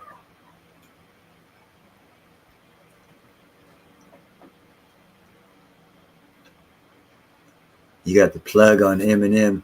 I really don't give a crap about Eminem. He's got Trump derangement system. And as you all know, trust me, I'm not a pro-Trumper or anti-Trumper. I voted for myself. I even promoted you guys to vote for me. So you can't throw any kind of playbook at me, Republican or Democrat. I made sure decades ago that would not be used against me, because for 4 presidential elections, I have advertised for people to vote for me for president, and I have voted for myself. And yes, that would be 12 years. So I had the foresight to see bullshit coming and to put myself in a position where they will lose conversations with me because their playbook does not apply. So therefore they have to think for themselves. And most people that use the playbook can't think for themselves. Therefore, I win the debate. And that's why I run for myself, because I have the vision to see the bullshit coming. And that's why I tell people like William, if William is still here, he'll validate this. I gave him a call on a stock, non-financial advice. I told him to do his own research. He did so a couple of 2-3 years ago. He claims he's 1,300% up. You know, I don't claim that. He claims that. He's just been following me. So, you know, just like Ninja, you know, ask the people in chat when they're here, they'll tell you. The ones that have been here for a couple of years. Gerald's here. Yeah, Gerald saw the impact when and it was late, and I do apologize for this. Was a call I made on NNE, and after I told him about NNE, it was about 200. 3 days later, it was at 20. 3 days later, it was at 45. You know, and then it fell back down. And now it's averaging around 33, still about 50% higher, 50% gain. And I told people about Clean Air Metals. When it was at 3 cents, it jumped up to 4.5 cents. That's a 50% gain. So I haven't told anybody to do your own research on any kind of financial advice or names that I give you to look into. But all the ones that I have gone up about 50% in the past couple of months, if not 100% to 1,300%. So I actually have an idea what the hell I'm talking about. And my subscribers will tell you. I'll mention it, and if they're here, they can confirm or deny. And I'm not a financial advisor. I just see patterns. I see patterns. And that's all about patterns, man. If you see it and you don't talk about it, you're not doing your godly duty by helping your brother out. You know, why should I be the only one to take advantage of this crap? You know, I want everyone to. I mean, hell, the elitists have been doing it for themselves for long. I'm a poor guy. I want to help the rest of us poor guys out. Fuck them. You know, I'm out here for you guys. Hey, you know what? You smoke enough, bro, you see a lot of patterns. LSD has a lot to do with that, bro. I've done over 100 hits in my lifetime when I was a younger child. Young adult. Young adult.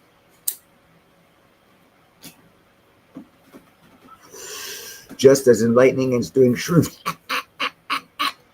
Psilocybin shrooms. As Timothy O'Leary says, and I will get this wrong and bastardize it, it goes something like tune in. No. Tune in, drop out, turn off, or something like that. I told you I'd screw it up. Right on, Matthew. They say that does open your mind. Actually, a gentleman that I highly respect for his knowledge on mushrooms, Paul Stamens, he'll tell you the story when he was in college of him doing quite a few doses of the psilocybin mushroom, climbing a tree and yelling at the lightning to hit him because he was scared of lightning.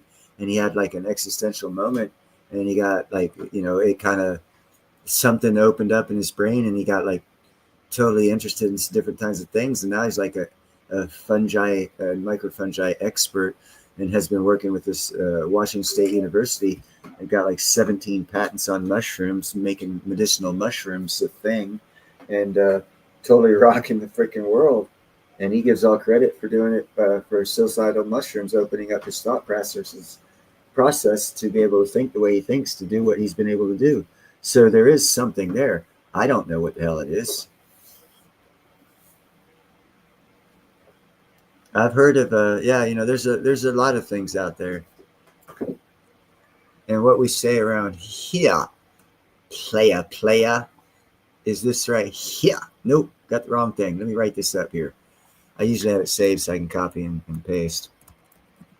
So that way I don't have to look like an ass and say something. Say, hold on a second, let me type this in. I don't have it copy and pasted. But I got to do that so I look like an ass.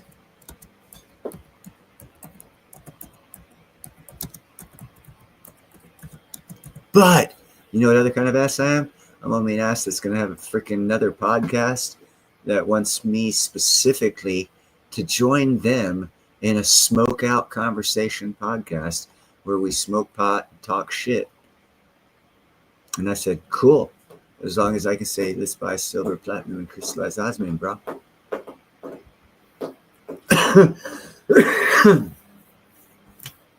And it's probably going to be a hit because this dude who's doing it, he is a music teacher, not at a school, but separate like tutor classes. He's in like 5 different bands. And he's also my neighbor who I built a sound room for. And he knows for modern music stuff, like Frank Tezos, if you watch them, or 15th Bend. This is like, he's like the professional level of their industry that they're looking to promote and get into. My neighbor is like, he makes records for people, CDs, whatever the hell you call them. He like makes bands, and he's in a couple. Actually, he just told me about it tonight, so I still got to talk to him. But I, of course, was like, oh, we get to smoke pot? Oh, fuck. Okay, well, damn. I'm already in, but if it doesn't get any worse, yeah, I'm in. Because he and I talk, and he's always been enthralled with my intelligence. Like when we were building his sound studio, he would sit back and watch me because he'd be like, you know, some other guys built the original little house thingy, little shed. Well, it's a lot bigger than a shed, but smaller than a house. And we had to put in double walls and double insulate and do all this other stuff. and I had already put in the double walls, and I was looking at it, and he said, "How many pieces of sheetrock do you need?" And the way my mind worked, again, I see patterns, so I look at things and I see the sheetrock in place, and then I see another one in place, and then half of one, and then I do that, and I actually can like visualize it. And then we had to double it, and then I did both walls, and he was like real enthralled. He was like, right, he's like, dude, I could see you fucking your brain fucking breaking it down. And I gave him the number, and we were like a half sheet of within the number I gave him of being exactly right, so we didn't over order. So for years he's been impressed with how my mind works, and now he wants to capture it on film apparently. And so, but he said he's been talking to a whole bunch of his friends about it, and they're real enthralled. JM Unleashed. What's up, brother? Bad weather. You know what bad weather is out here? It dropped from 85 in the daytime to 50 at night instead of 67.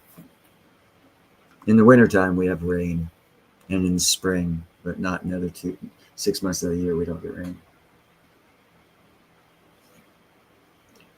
No matter what, we just don't get it, babies.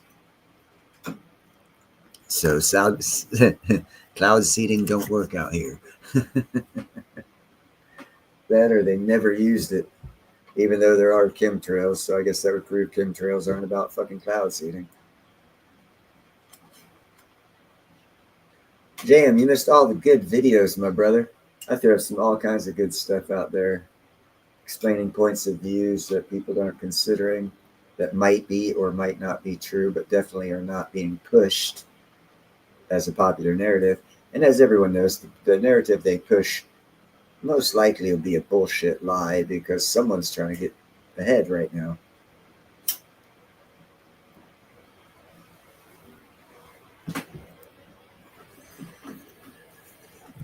But, you know, all will be shown through time. We can do absolutely nothing about the politics part of it unless we're actually truly involved in politics. But what we can do is we can take great financial advantage of the turmoil times. Because as my boy Travis, the economic ninja, says, more people make money in bad, turbulent times than they do in good times. In other words, there's more money to be made in a bull market than there is a bear market. I mean, a bear market than there is a bull market. And this is true. I've done it. Last 2008, I made, what was that? 3,000 on 20. What's that? That's 15%. Everyone else lost 40%. I made 15%. And of course, I don't know. I'm not a financial advisor or anything like that. I see patterns. I always have. And like I said, that was back 2008. I just didn't do the YouTube thing. I didn't talk to anyone about shit. I was just a fucking iron worker.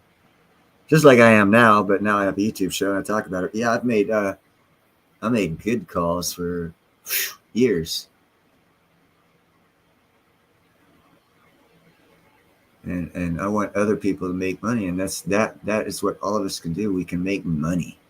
And what they're trying to do with all the bullshit that they want us to talk about and have our YouTube shows about is to avoid the opportunity that we can take right now to make investments in things that can help us personally in our lives, no matter the bullshit going on, because it's going to continue.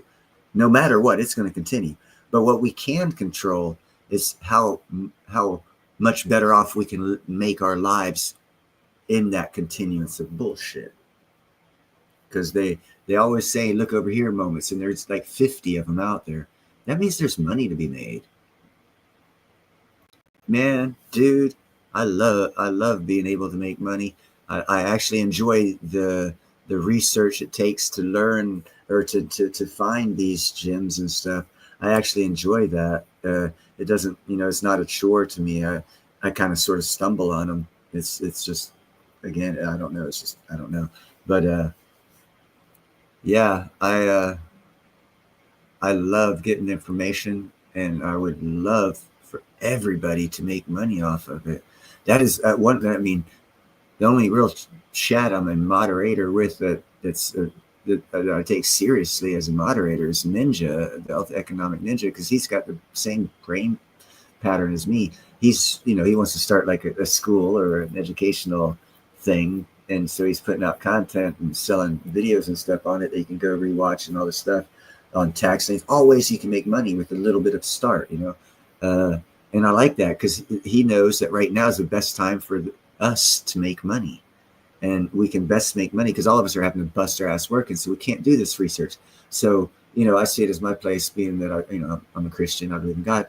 I get this information, so it's my place just to put the information out there, so that way you don't have to spend the days, weeks, years, whatever long it is to get the information. All you have to do is do the research on the information and make your own determination, so you don't have to waste your time getting that information. You can come here, I'll give it to you. I'll give you calls, I'll give you things like that. I'll give you crypto, because I'm not a maximalist. I don't believe in any one asset class will do better than the other. Again, like my buddy Travis, there's cycles. They come, they go, and you got to ride them. Every one of them has ups and downs, and they're all coming right now.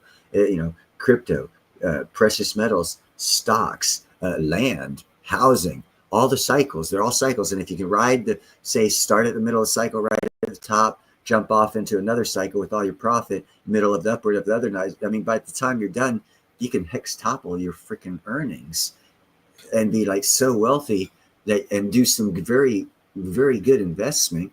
Be kind, helpful, and grateful. Realize that you've gained your wealth because good people have given you information and you took great advantage of it, and it was meant for you to do so.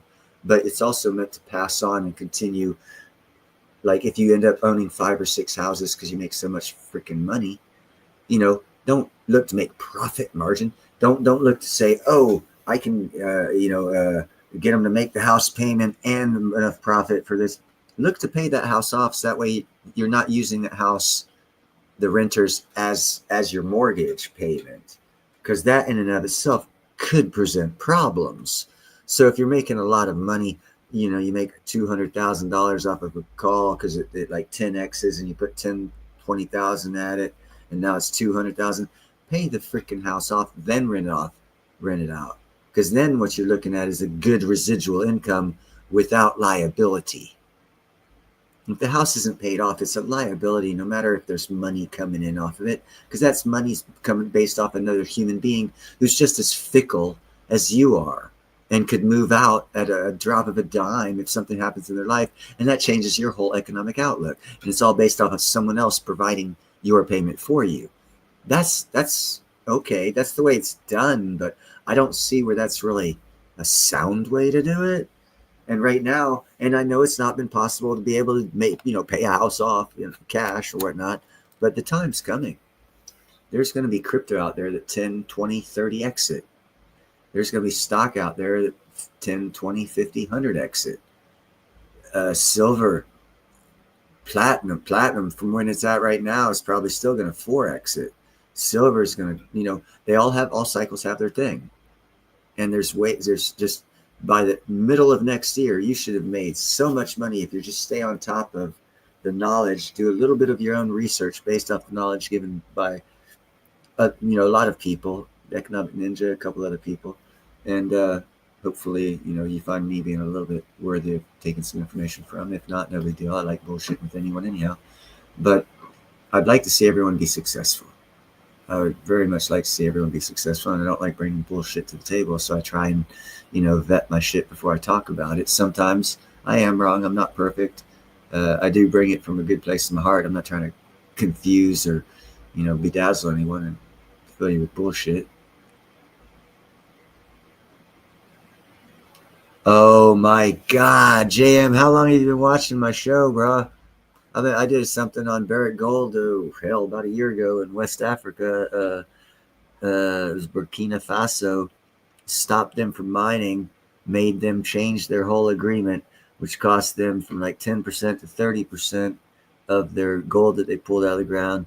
And I even said, I wonder how long it's going to take before this move, because that was one of Barrick Gold's largest producing mines. And I was wondering how long all this stuff in the Sahel region of Africa is going to affect the stock market. And I told people to get out of Barrick. That was over a year ago. I'm always early. Always early. That's why I have no kids.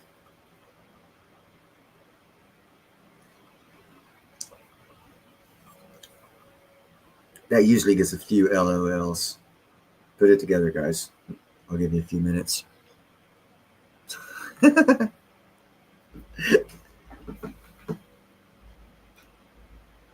Unless Maria's here, in which case I apologize. That was a sexist joke. I apologize, Maria.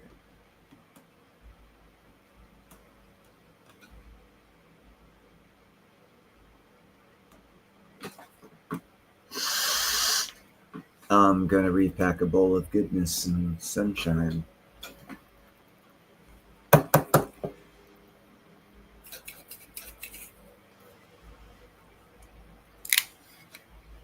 I hope you don't have any Burke stock.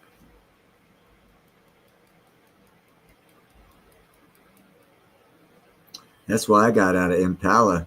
They were the second largest 3 years ago. I got in them and I was like, oh shit. Started seeing things more, started talking about platinum, looking at it more, and I sold everything. I was like, nah, I don't need to be in that motherfucker. It's going down. I know they've got a good digital future planned for the African platinum miners, and they'll probably make a good, big, nice comeback because of the digital overlay of the economy, because they'll probably be able to double, if not triple, their profit earnings if they play it right. So do keep an eye on them.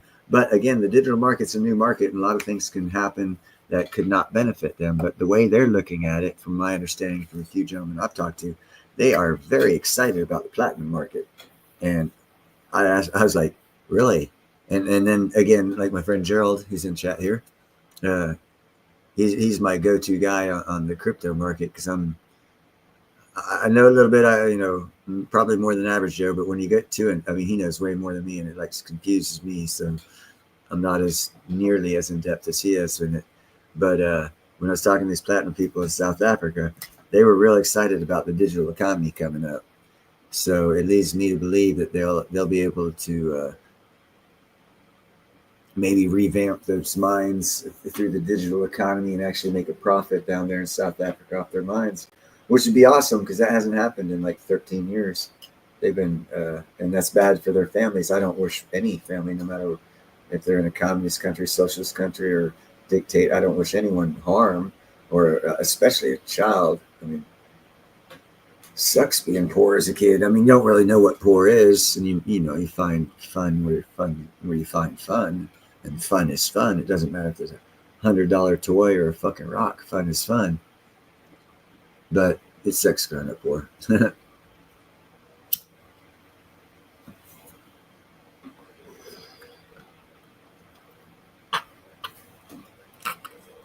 And that's why I try and bring you guys some good information for you to do your own research on, and save you time on actually looking for the individual things that I talk about. And it frees your time up to just do investigation on the things I talk about, and make some of your own deductions on if it's worth investing in.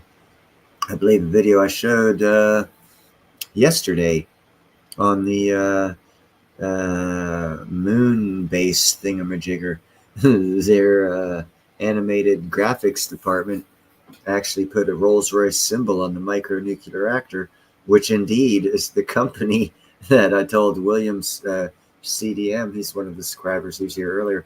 I told him about that stock about 30 years ago, and he said he made like 1,300% profit on it, and it's still going up because they're still talking about it. So that's again, there was a good long-term call he took, and I'm glad he did his own research before he bought it, and I'm very happy he's making a good percentage on it. It's going to continue to go up. Speaking of which, nano nuclear energy and OKLO. I've always said LKLO is a little too expensive right now. It has fallen a little bit. You can do your own research on that one. But NNE on a long-term 5-10 years, man, $33 a share is cheap.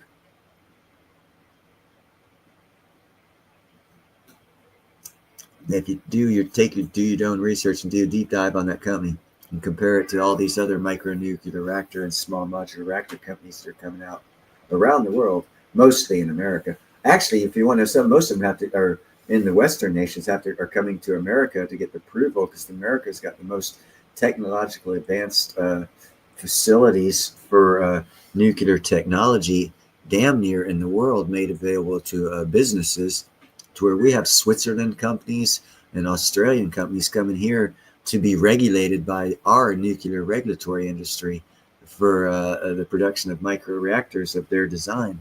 Hey, what's up, Hunter? So got to keep an eye on that one. And yeah, Rolls-Royce, even though it's gone up 1,300%, not the car company, their micro nuclear reactor division, it's already gone up like 1,300% according to William, and it's probably going to double by 2032. Yeah, probably 2030.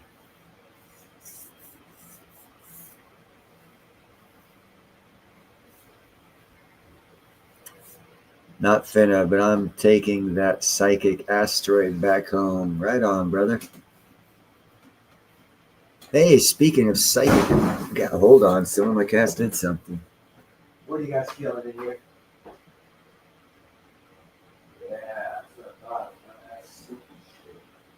oh, we can be done that stupid.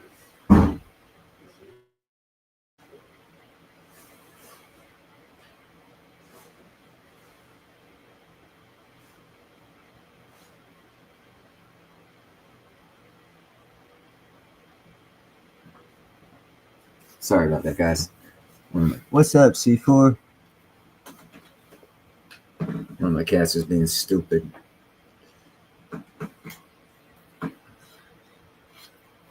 They're cute, lovable, and smart, and stupid. One big package. Yo, yo. So, what subjects anyone want to talk about? As you can see, I'm looking at mining moon, man. We got ourselves a fucking pillar built fucking rotary fucking mining topical surface. What do you call it? It's strip mining. No. What is that? Deep pit, open pit mining technology going on there. I'm not too hip on mining. Scale mining, small scale, individual 2-person type mining for small stuff is what I've looked into. But I like that picture, and what that is actually a picture of a large coal mining dredge type machine. The circle wheel actually picks the shit up or a rail system, sorts it, different material sizes, wherever the material is. The ones I've seen are for coal, and it's only one unit, and they source it by size as it goes over the tracks coming after the excavation of it.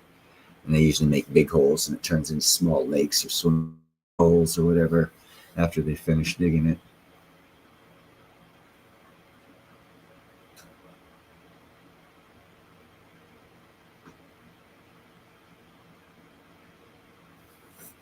And if I get too bloody awful,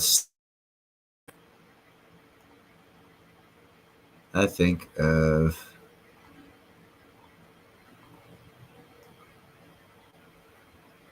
dadgummit, what do I think of? Bacon cheeseburgers, and and actually those little red spots in between pepperonis are Canadian bacon.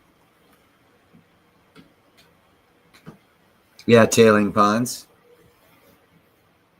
With the new sluice technology for gold, allowing the capture of what's called the angel's gold, or the actually small, damn near, never before been able to capture it in any regular sluice machine. You can go through any old mining site, their tailings piles, which would be easy to get to, cheap, not expensive to get to, go through their tailings piles and get gold with the modern sluicing, the carpet-like type strips they have now. The material they use captures the finest particulates of gold, and it's never done that before. That's the reason you're able to buy like Home Depot sand and get gold. It's actually angel gold you get that's never been able to been captured before. That's why the gold's in there. Because I imagine, hell, if I was to Home Depot right now, I'd say before you fucking package that sand, run it through a sluice and get all the fucking gold out of it, you crazy bastards. Especially if they reevaluate gold to $20 an ounce or $20,000 an ounce, huh?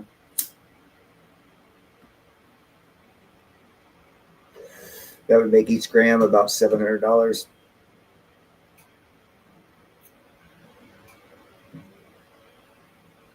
Yeah, a little less, 650.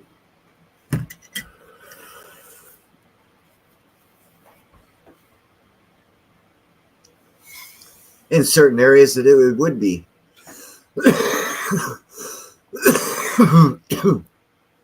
When I lived in Concord, I lived right beside Walnut Creek, and it used to be an old walnut orchard back in the 1800s, but it's in the hills, actually a valley in between the hills, and there was gold there. I was digging one day in the front yard because there was a hole appeared in the lived at a corner lot. The hole appeared on the corner of the corner lot. Took about a quarter of the road. It went about 10 foot deep. And took part of the yard with it, and I saw some pyrite. It looks like it's fool's gold, and I sluiced a little bit, and in the pyrite I found small particulates of gold, and so I got excited. But then the city came along and filled the hole, patched, resurfaced everything, and I was like, well, digging in the front yard in a high-end residential area probably wouldn't be a good thing to do looking for gold. So I went back to work. But yeah, I found gold. That's why I say right now, and Concord's only like 50 away, if that. Well, maybe 20, 15, 12, somewhere around there. It's not that far away. And if I found gold in the front yard back in 96 to 2000 when I lived there, I'm almost sure it's around here too. It's just, not enough to do anything with until they reevaluate it at 20,000 an ounce. Now you're talking 7 out of what it's worth right now. So at that point in time, I imagine you'll see a lot of people digging in the ground thinking, yeah, Neil's right. Gold's everywhere. Let's get it. It's worth something now. And all that BML land that they're selling down in Southern California that the federal government already admitted is over $9 billion worth of gold in the land that the BLM is selling, along with other gold, but the BML land, I imagine that land will sell like wildfire. That's why I've suggested to people to buy land now that has a little bit of trace gold on it. Because if gold's at 33, gold at $20,000, imagine how much that land's going to go up. The gold rush and the hysteria of people wanting to get their own gold at 20,000 an ounce. If they can pan it on some land that you buy at 500,000, after gold gets reevaluated 20,000, that 500,000, 3.5 million. You want to make some money? Fuck gold. Let's think, people. Make money off the land the gold's on, especially if a once in a lifetime opportunity or once every 100-year opportunity, the reevaluation of gold to a higher price. Let's think this all through. Where's gold come from? The ground. Is ground not for sale? Okay, well, let's buy some of that ground that's got some gold in it before they reevaluate the land, because that'll increase the land price. And the land's worth more than the gold on it. We all know about retail being hysterically buying in late and overpaying for everything. I bet you're going to see people making land deals and making so much money off land deals, it's going to be pathetic. I'm making that call right now. It's a good thing to look at, people. You'll make some money. Buy and hold, use it as recreational land until fucking reevaluate gold. And then sell that land and say, yeah, I go panning every weekend. I get about 2 grams. That 2 grams is worth $300. It'll be worth $1,400. People would be like, you just do it on every other weekend? Every 4th weekend? And you're getting that kind of... And then greed kicks in. You take advantage of that fucking sin. Make your money. But, that's just a thought pattern. Mano, Antarctica. Yeah, I bet the land's real cheap. Don't know if you can buy it. Actually, I think nobody can. Antarctic or Arctic? The one in the South Pole you can't buy. One in the North Pole, you'd have to talk to the corresponding country that owned the property there that you'd want to buy, because it's actually owned. North Pole's owned by different countries. South Pole's not.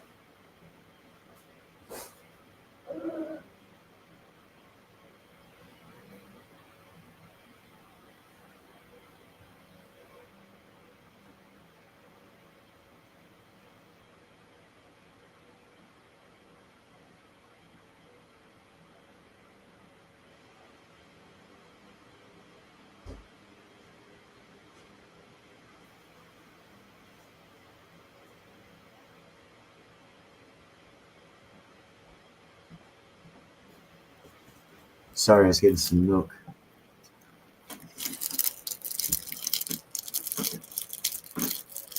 So, any subjects, any other subjects? I just keep running my mouth about different subjects. Actually, I'm fixing. What the hell are these things? I don't know what they are. They're common stoner munchy item. That's no good for you. That's chocolate. Tastes damn good when you're stoned.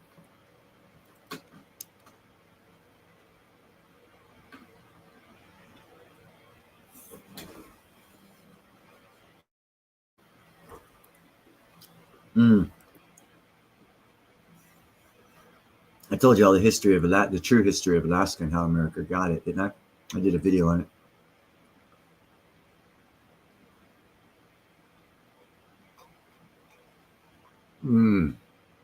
Chocolate and milk, man, ain't nothing like it. Well, another thing about Alaska, it borders the North Pole.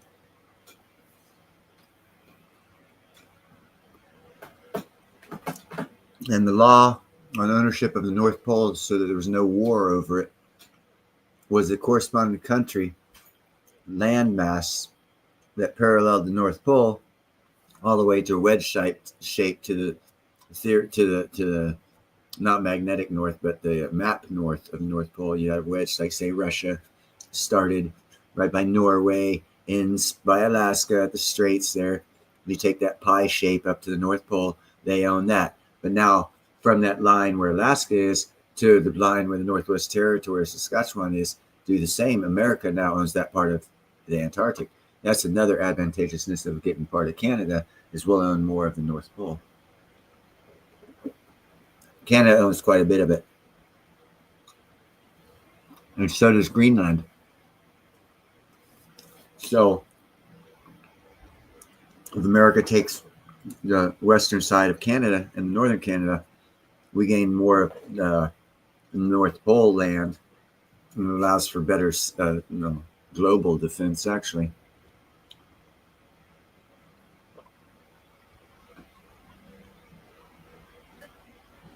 Does it ever, JM? Does it ever?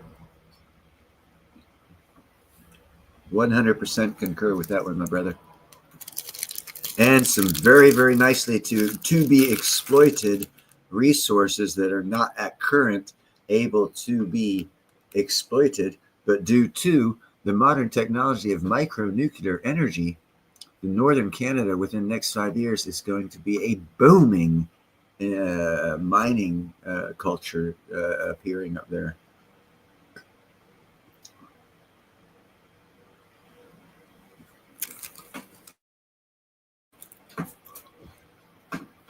Well, there might be a lot of pipelines coming down.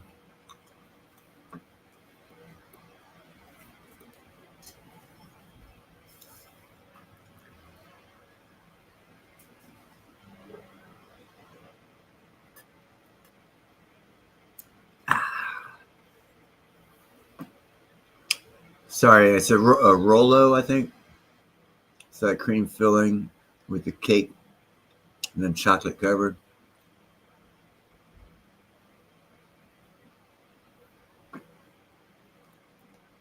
Yeah. That's usually politically backed jam.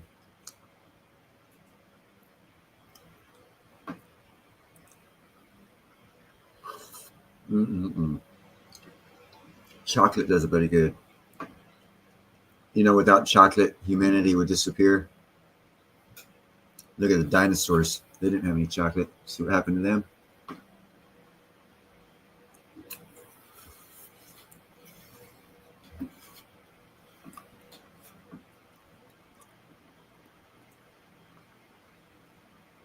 It's preordained through time we will, and also Greenland.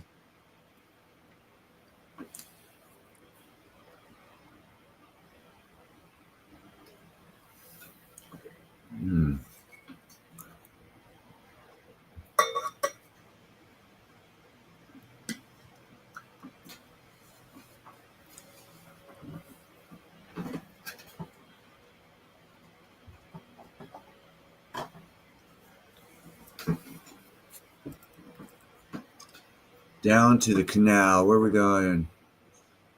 Yeah, southern Mexico, down past Guatemala. I think Guatemala. Let me check my map here. My instant geography is failing me.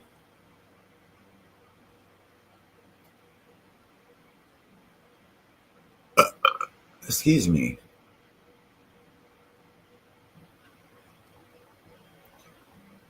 Yeah, it's Guatemala. Yeah, Guatemala, Belize is on the Gulf Coast, Honduras, El Salvador, Nicaragua, Costa Rica, Panama. Yeah. Actually, we should take all the way down to Panama. Damn, fuck that. Take Colombia too. It's got a lot of natural resources. It hasn't been discovered yet. At Darien Pass, my speculation is the Darien Pass in Colombia. Once they get all the drug dealers and cartels and terrorists out of the Darien Pass that no one's allowed to go into, I believe that'll be where the platinum vein will be discovered that the conquistadors back in the 1500s discovered when they were melting down the Aztecian gold and silver and couldn't melt down the platinum. And they found so much of the rock that looked like silver, but they couldn't melt it. They threw it to the side and they gave it the name. They found so much of it, they gave it the name platinum. But yet there's never been a platinum mine discovered in Colombia.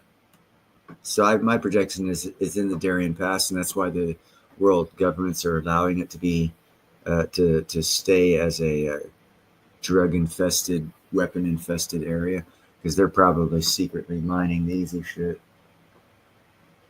Or they're waiting for, actually more reasonable look at is once the need of platinum rises to 4, 5, 6,000 an ounce, I bet you'll start hearing the Darien Gap guys. And first it's going to start off the cartel, and then it'll be probably an El Salvador BTC thing, and the cartel thing. There'll be some tie-in where they'll have to go in and clean out the Darien Pass, and in doing so, they'll discover a vein of platinum. Speculation, and that would cover why we haven't. Why in historical documentation I have not been able to find a platinum discovery or mine in Colombia, in the area where the conquistadors were known to have been smelting down the relics of the Aztecs into bars, loading them on ships, the gold and the silver, loading them on ships. Then they got hit by a hurricane, and that's where Etosha came from, where Mel Fisher discovered billions of dollars of gold and silver. They didn't have any platinum, because there wasn't any platinum back in that time. Platinum wasn't discovered for long after that, but the conquistadors came across it and gave it the name platinum or platina back in the 1500s or 1500s, whenever they were down in Colombia, melting the Aztecian gold they were getting for free, to bring back to Europe. What's up, JM? Hey, I just thought I'd join the panel here and share a video. I haven't pulled it up yet. Right on. It's of the silver mines in northern Ontario, near Thunder Bay, where Clean Air Metals is. Yeah. But it's just loaded with minerals. Silver, gold, there's some palladium over there too, isn't there? Yes. A palladium mine? Yeah. I think there's other strategic metals that they don't actually even talk about. Yeah, they don't want people to know. Yeah. But yeah, for sure. So I'll just I think I'll mute it. But let's see what it looks like, man. That'd be awesome. I think you've already seen it before. It's all good. I like seeing shit like that, bro. Yeah, some of the people here may not have. But this is Cobalt, Ontario. You're streaming in 720, so we'll put it on 720. Did they win the lottery? Hey guys, welcome to JM Unleashed, where I'm exposing precious metals. So here I am at Cobalt, Ontario's richest silver mine for a period of about 15 years. This would have been one of the mine shafts. can see a couple of cars over there that were on rail, and you can even see more over here too.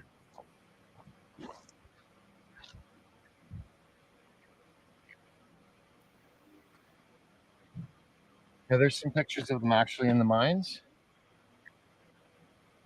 This look over here, you'll see this was definitely a The real estate in ramped-up, this area is quite cheap too. You know what I see when I see that? No, old days, That hole? prospectors would have a donkey or a mule carry their saddlebags while they go. What do you see? Looking for the mother lode. My style housing. I wouldn't call this maybe an amphibian. Oh yeah, it's all about being thrifty because the winters get really cold up here. It's all ice fishing in the winter here. This is actually where I got one of my profile picture snapshots from, right here. Look at that bedrock on the fucking water side.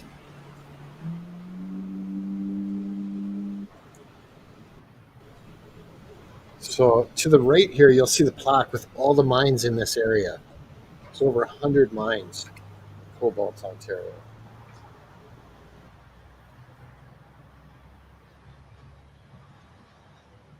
Nova Scotia. Or in that area anyway, yeah. Actually, looks like we found some silver.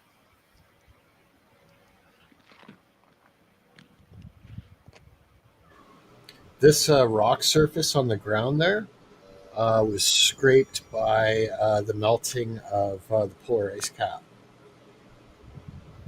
Where they say like thousands of years ago, whenever the last ice age is. So yeah. It's smooth, like someone took sandpaper to it.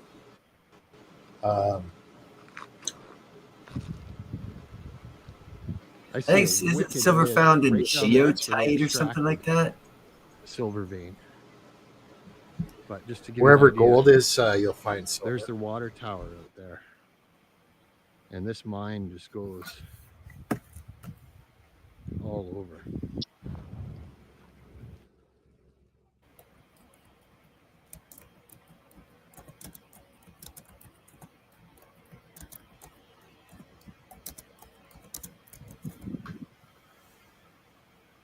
See, that looks like a vein that they just extracted right out of there, and out of there, and out of there. This was one I noticed on the way in that I definitely wanted to give you guys a view of. So the silver was near surface. The veins were just right there. And they didn't have to mine very deep. They just extracted it. It was massive silver veins.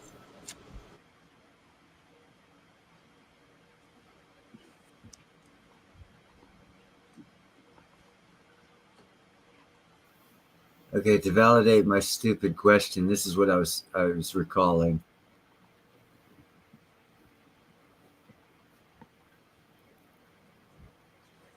Argentinite, or whatever. Look at all the drill holes in here.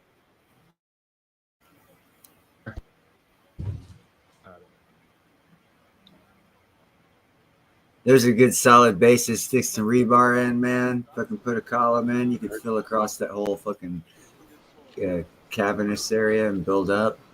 And that water on the bottom, you keep at a good temperature by covering it over with flat steel areas and build upward apartment type style. Fill that whole hole up. Have the top floor at the ground level. Well, and you say it's found in various sulfide ores such as argentite, and like French for silver is argent, which is ARGENT. Yeah, that's why I thought it was found in argentite rock, but it's ore, it's not rock. Oh, same thing. Same thing. The ore, same thing. I like being as accurate as possible, so that way people can't call me out as being wrong later. I hear you. My buddy got a... That people of mine is try not to be wrong. for precious metals, it'll probably be either. My buddy had his metal detector there. He thought he was going to find some chunks of silver that had been discarded or overlooked. Thought he'd get lucky. You wouldn't go to the mine. You'd have to go to the processing plant to get lucky on that one for silver, because the ore for silver is not found on the surface typically. It's in cavernous or caves that are made, or that type of environment right there where you have to go into it, and it would be in a vein inside that material. Yeah. This was still relatively easy for them to extract, though, right? It's not like they had to go thousands of feet into the ground. It's it was right a perfect vein to. I mean, especially if it was kind of pre-slit, which it kind of sort of looks like it is, into the vein of silver that they found. They just have to extract it and a little bit of the rock around it and keep going down with the verticality of the vein, which just looks like what they did. In on this. Yeah. See the wood in there still.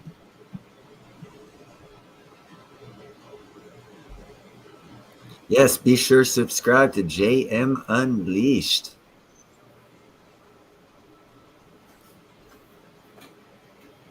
That was cool. You know, I've actually got probably another 20 minutes of video cruising around that area and looking at different mines, and it's somewhere deep in my external hard drive. Nice. I have to go looking for that. I would like to publish the rest of that sometime, but yeah, that's cool.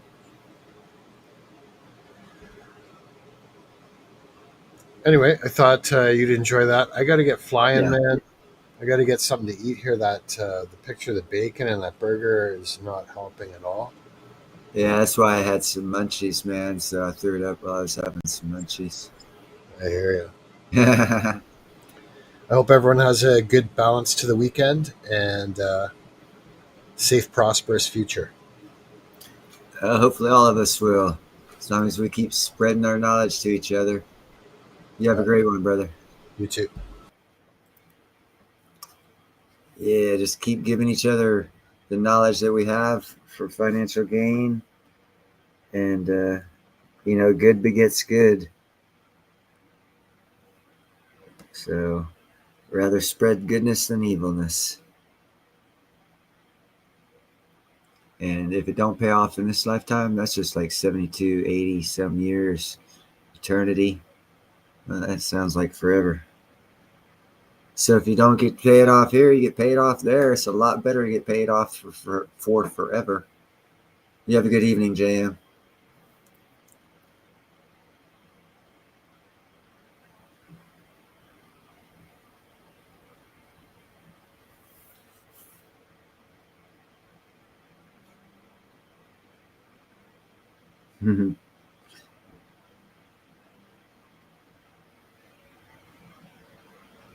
So anything else anyone want to talk about?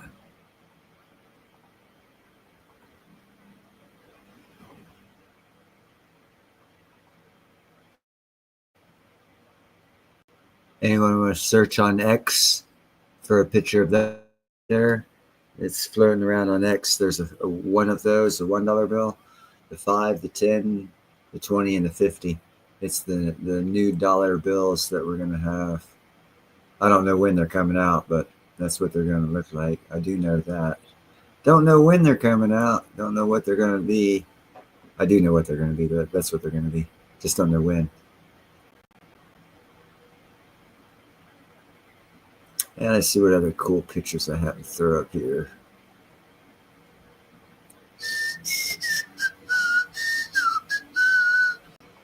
That's 80% of us right there, bro.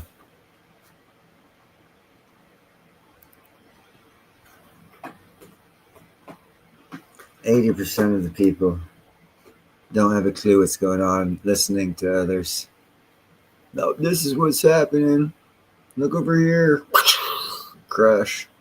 Beep, beep. Zoom. Like JM's, I can see it right now. JM wants to take this picture and do an overlay with Roadrunner, Coyote, and the train coming, and have this the Roadrunner come down this rail, probably like the left rail, then have Coyote come down, stop, turn around, and get hit by a train with that guy. Do some little side, what do you call that? Writing, wording for the story. It'd be funny if he does it. What's up, Sean? Dude, frickin' save enough of the peach for the cobbler.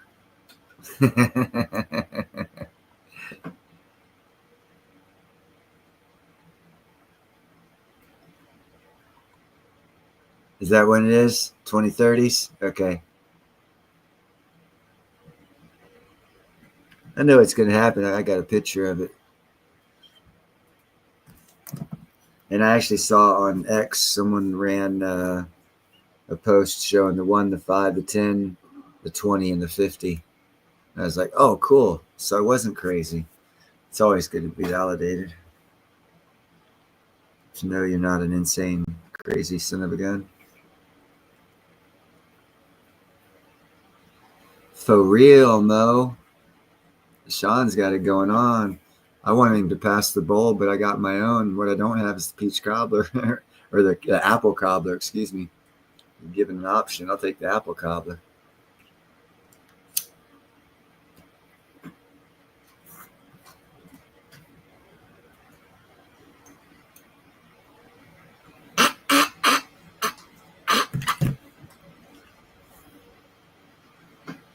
Actually, oddly enough, little info on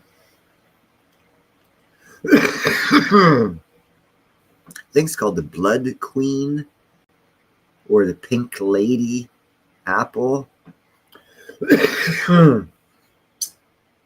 Right before they say the time of it to be ripe, like 4 weeks to 6 weeks beforehand, as does most fruits, it goes through different processes inside, but underneath the skin of sugary to other processes that happen. But anyhow, about 6 weeks before they consider that apple ripe, if you pick it and bite into it, it's not totally formed into the Pink Lady or the Blood Queen, whatever it's called. There is, I think it goes by both names, and it's still red.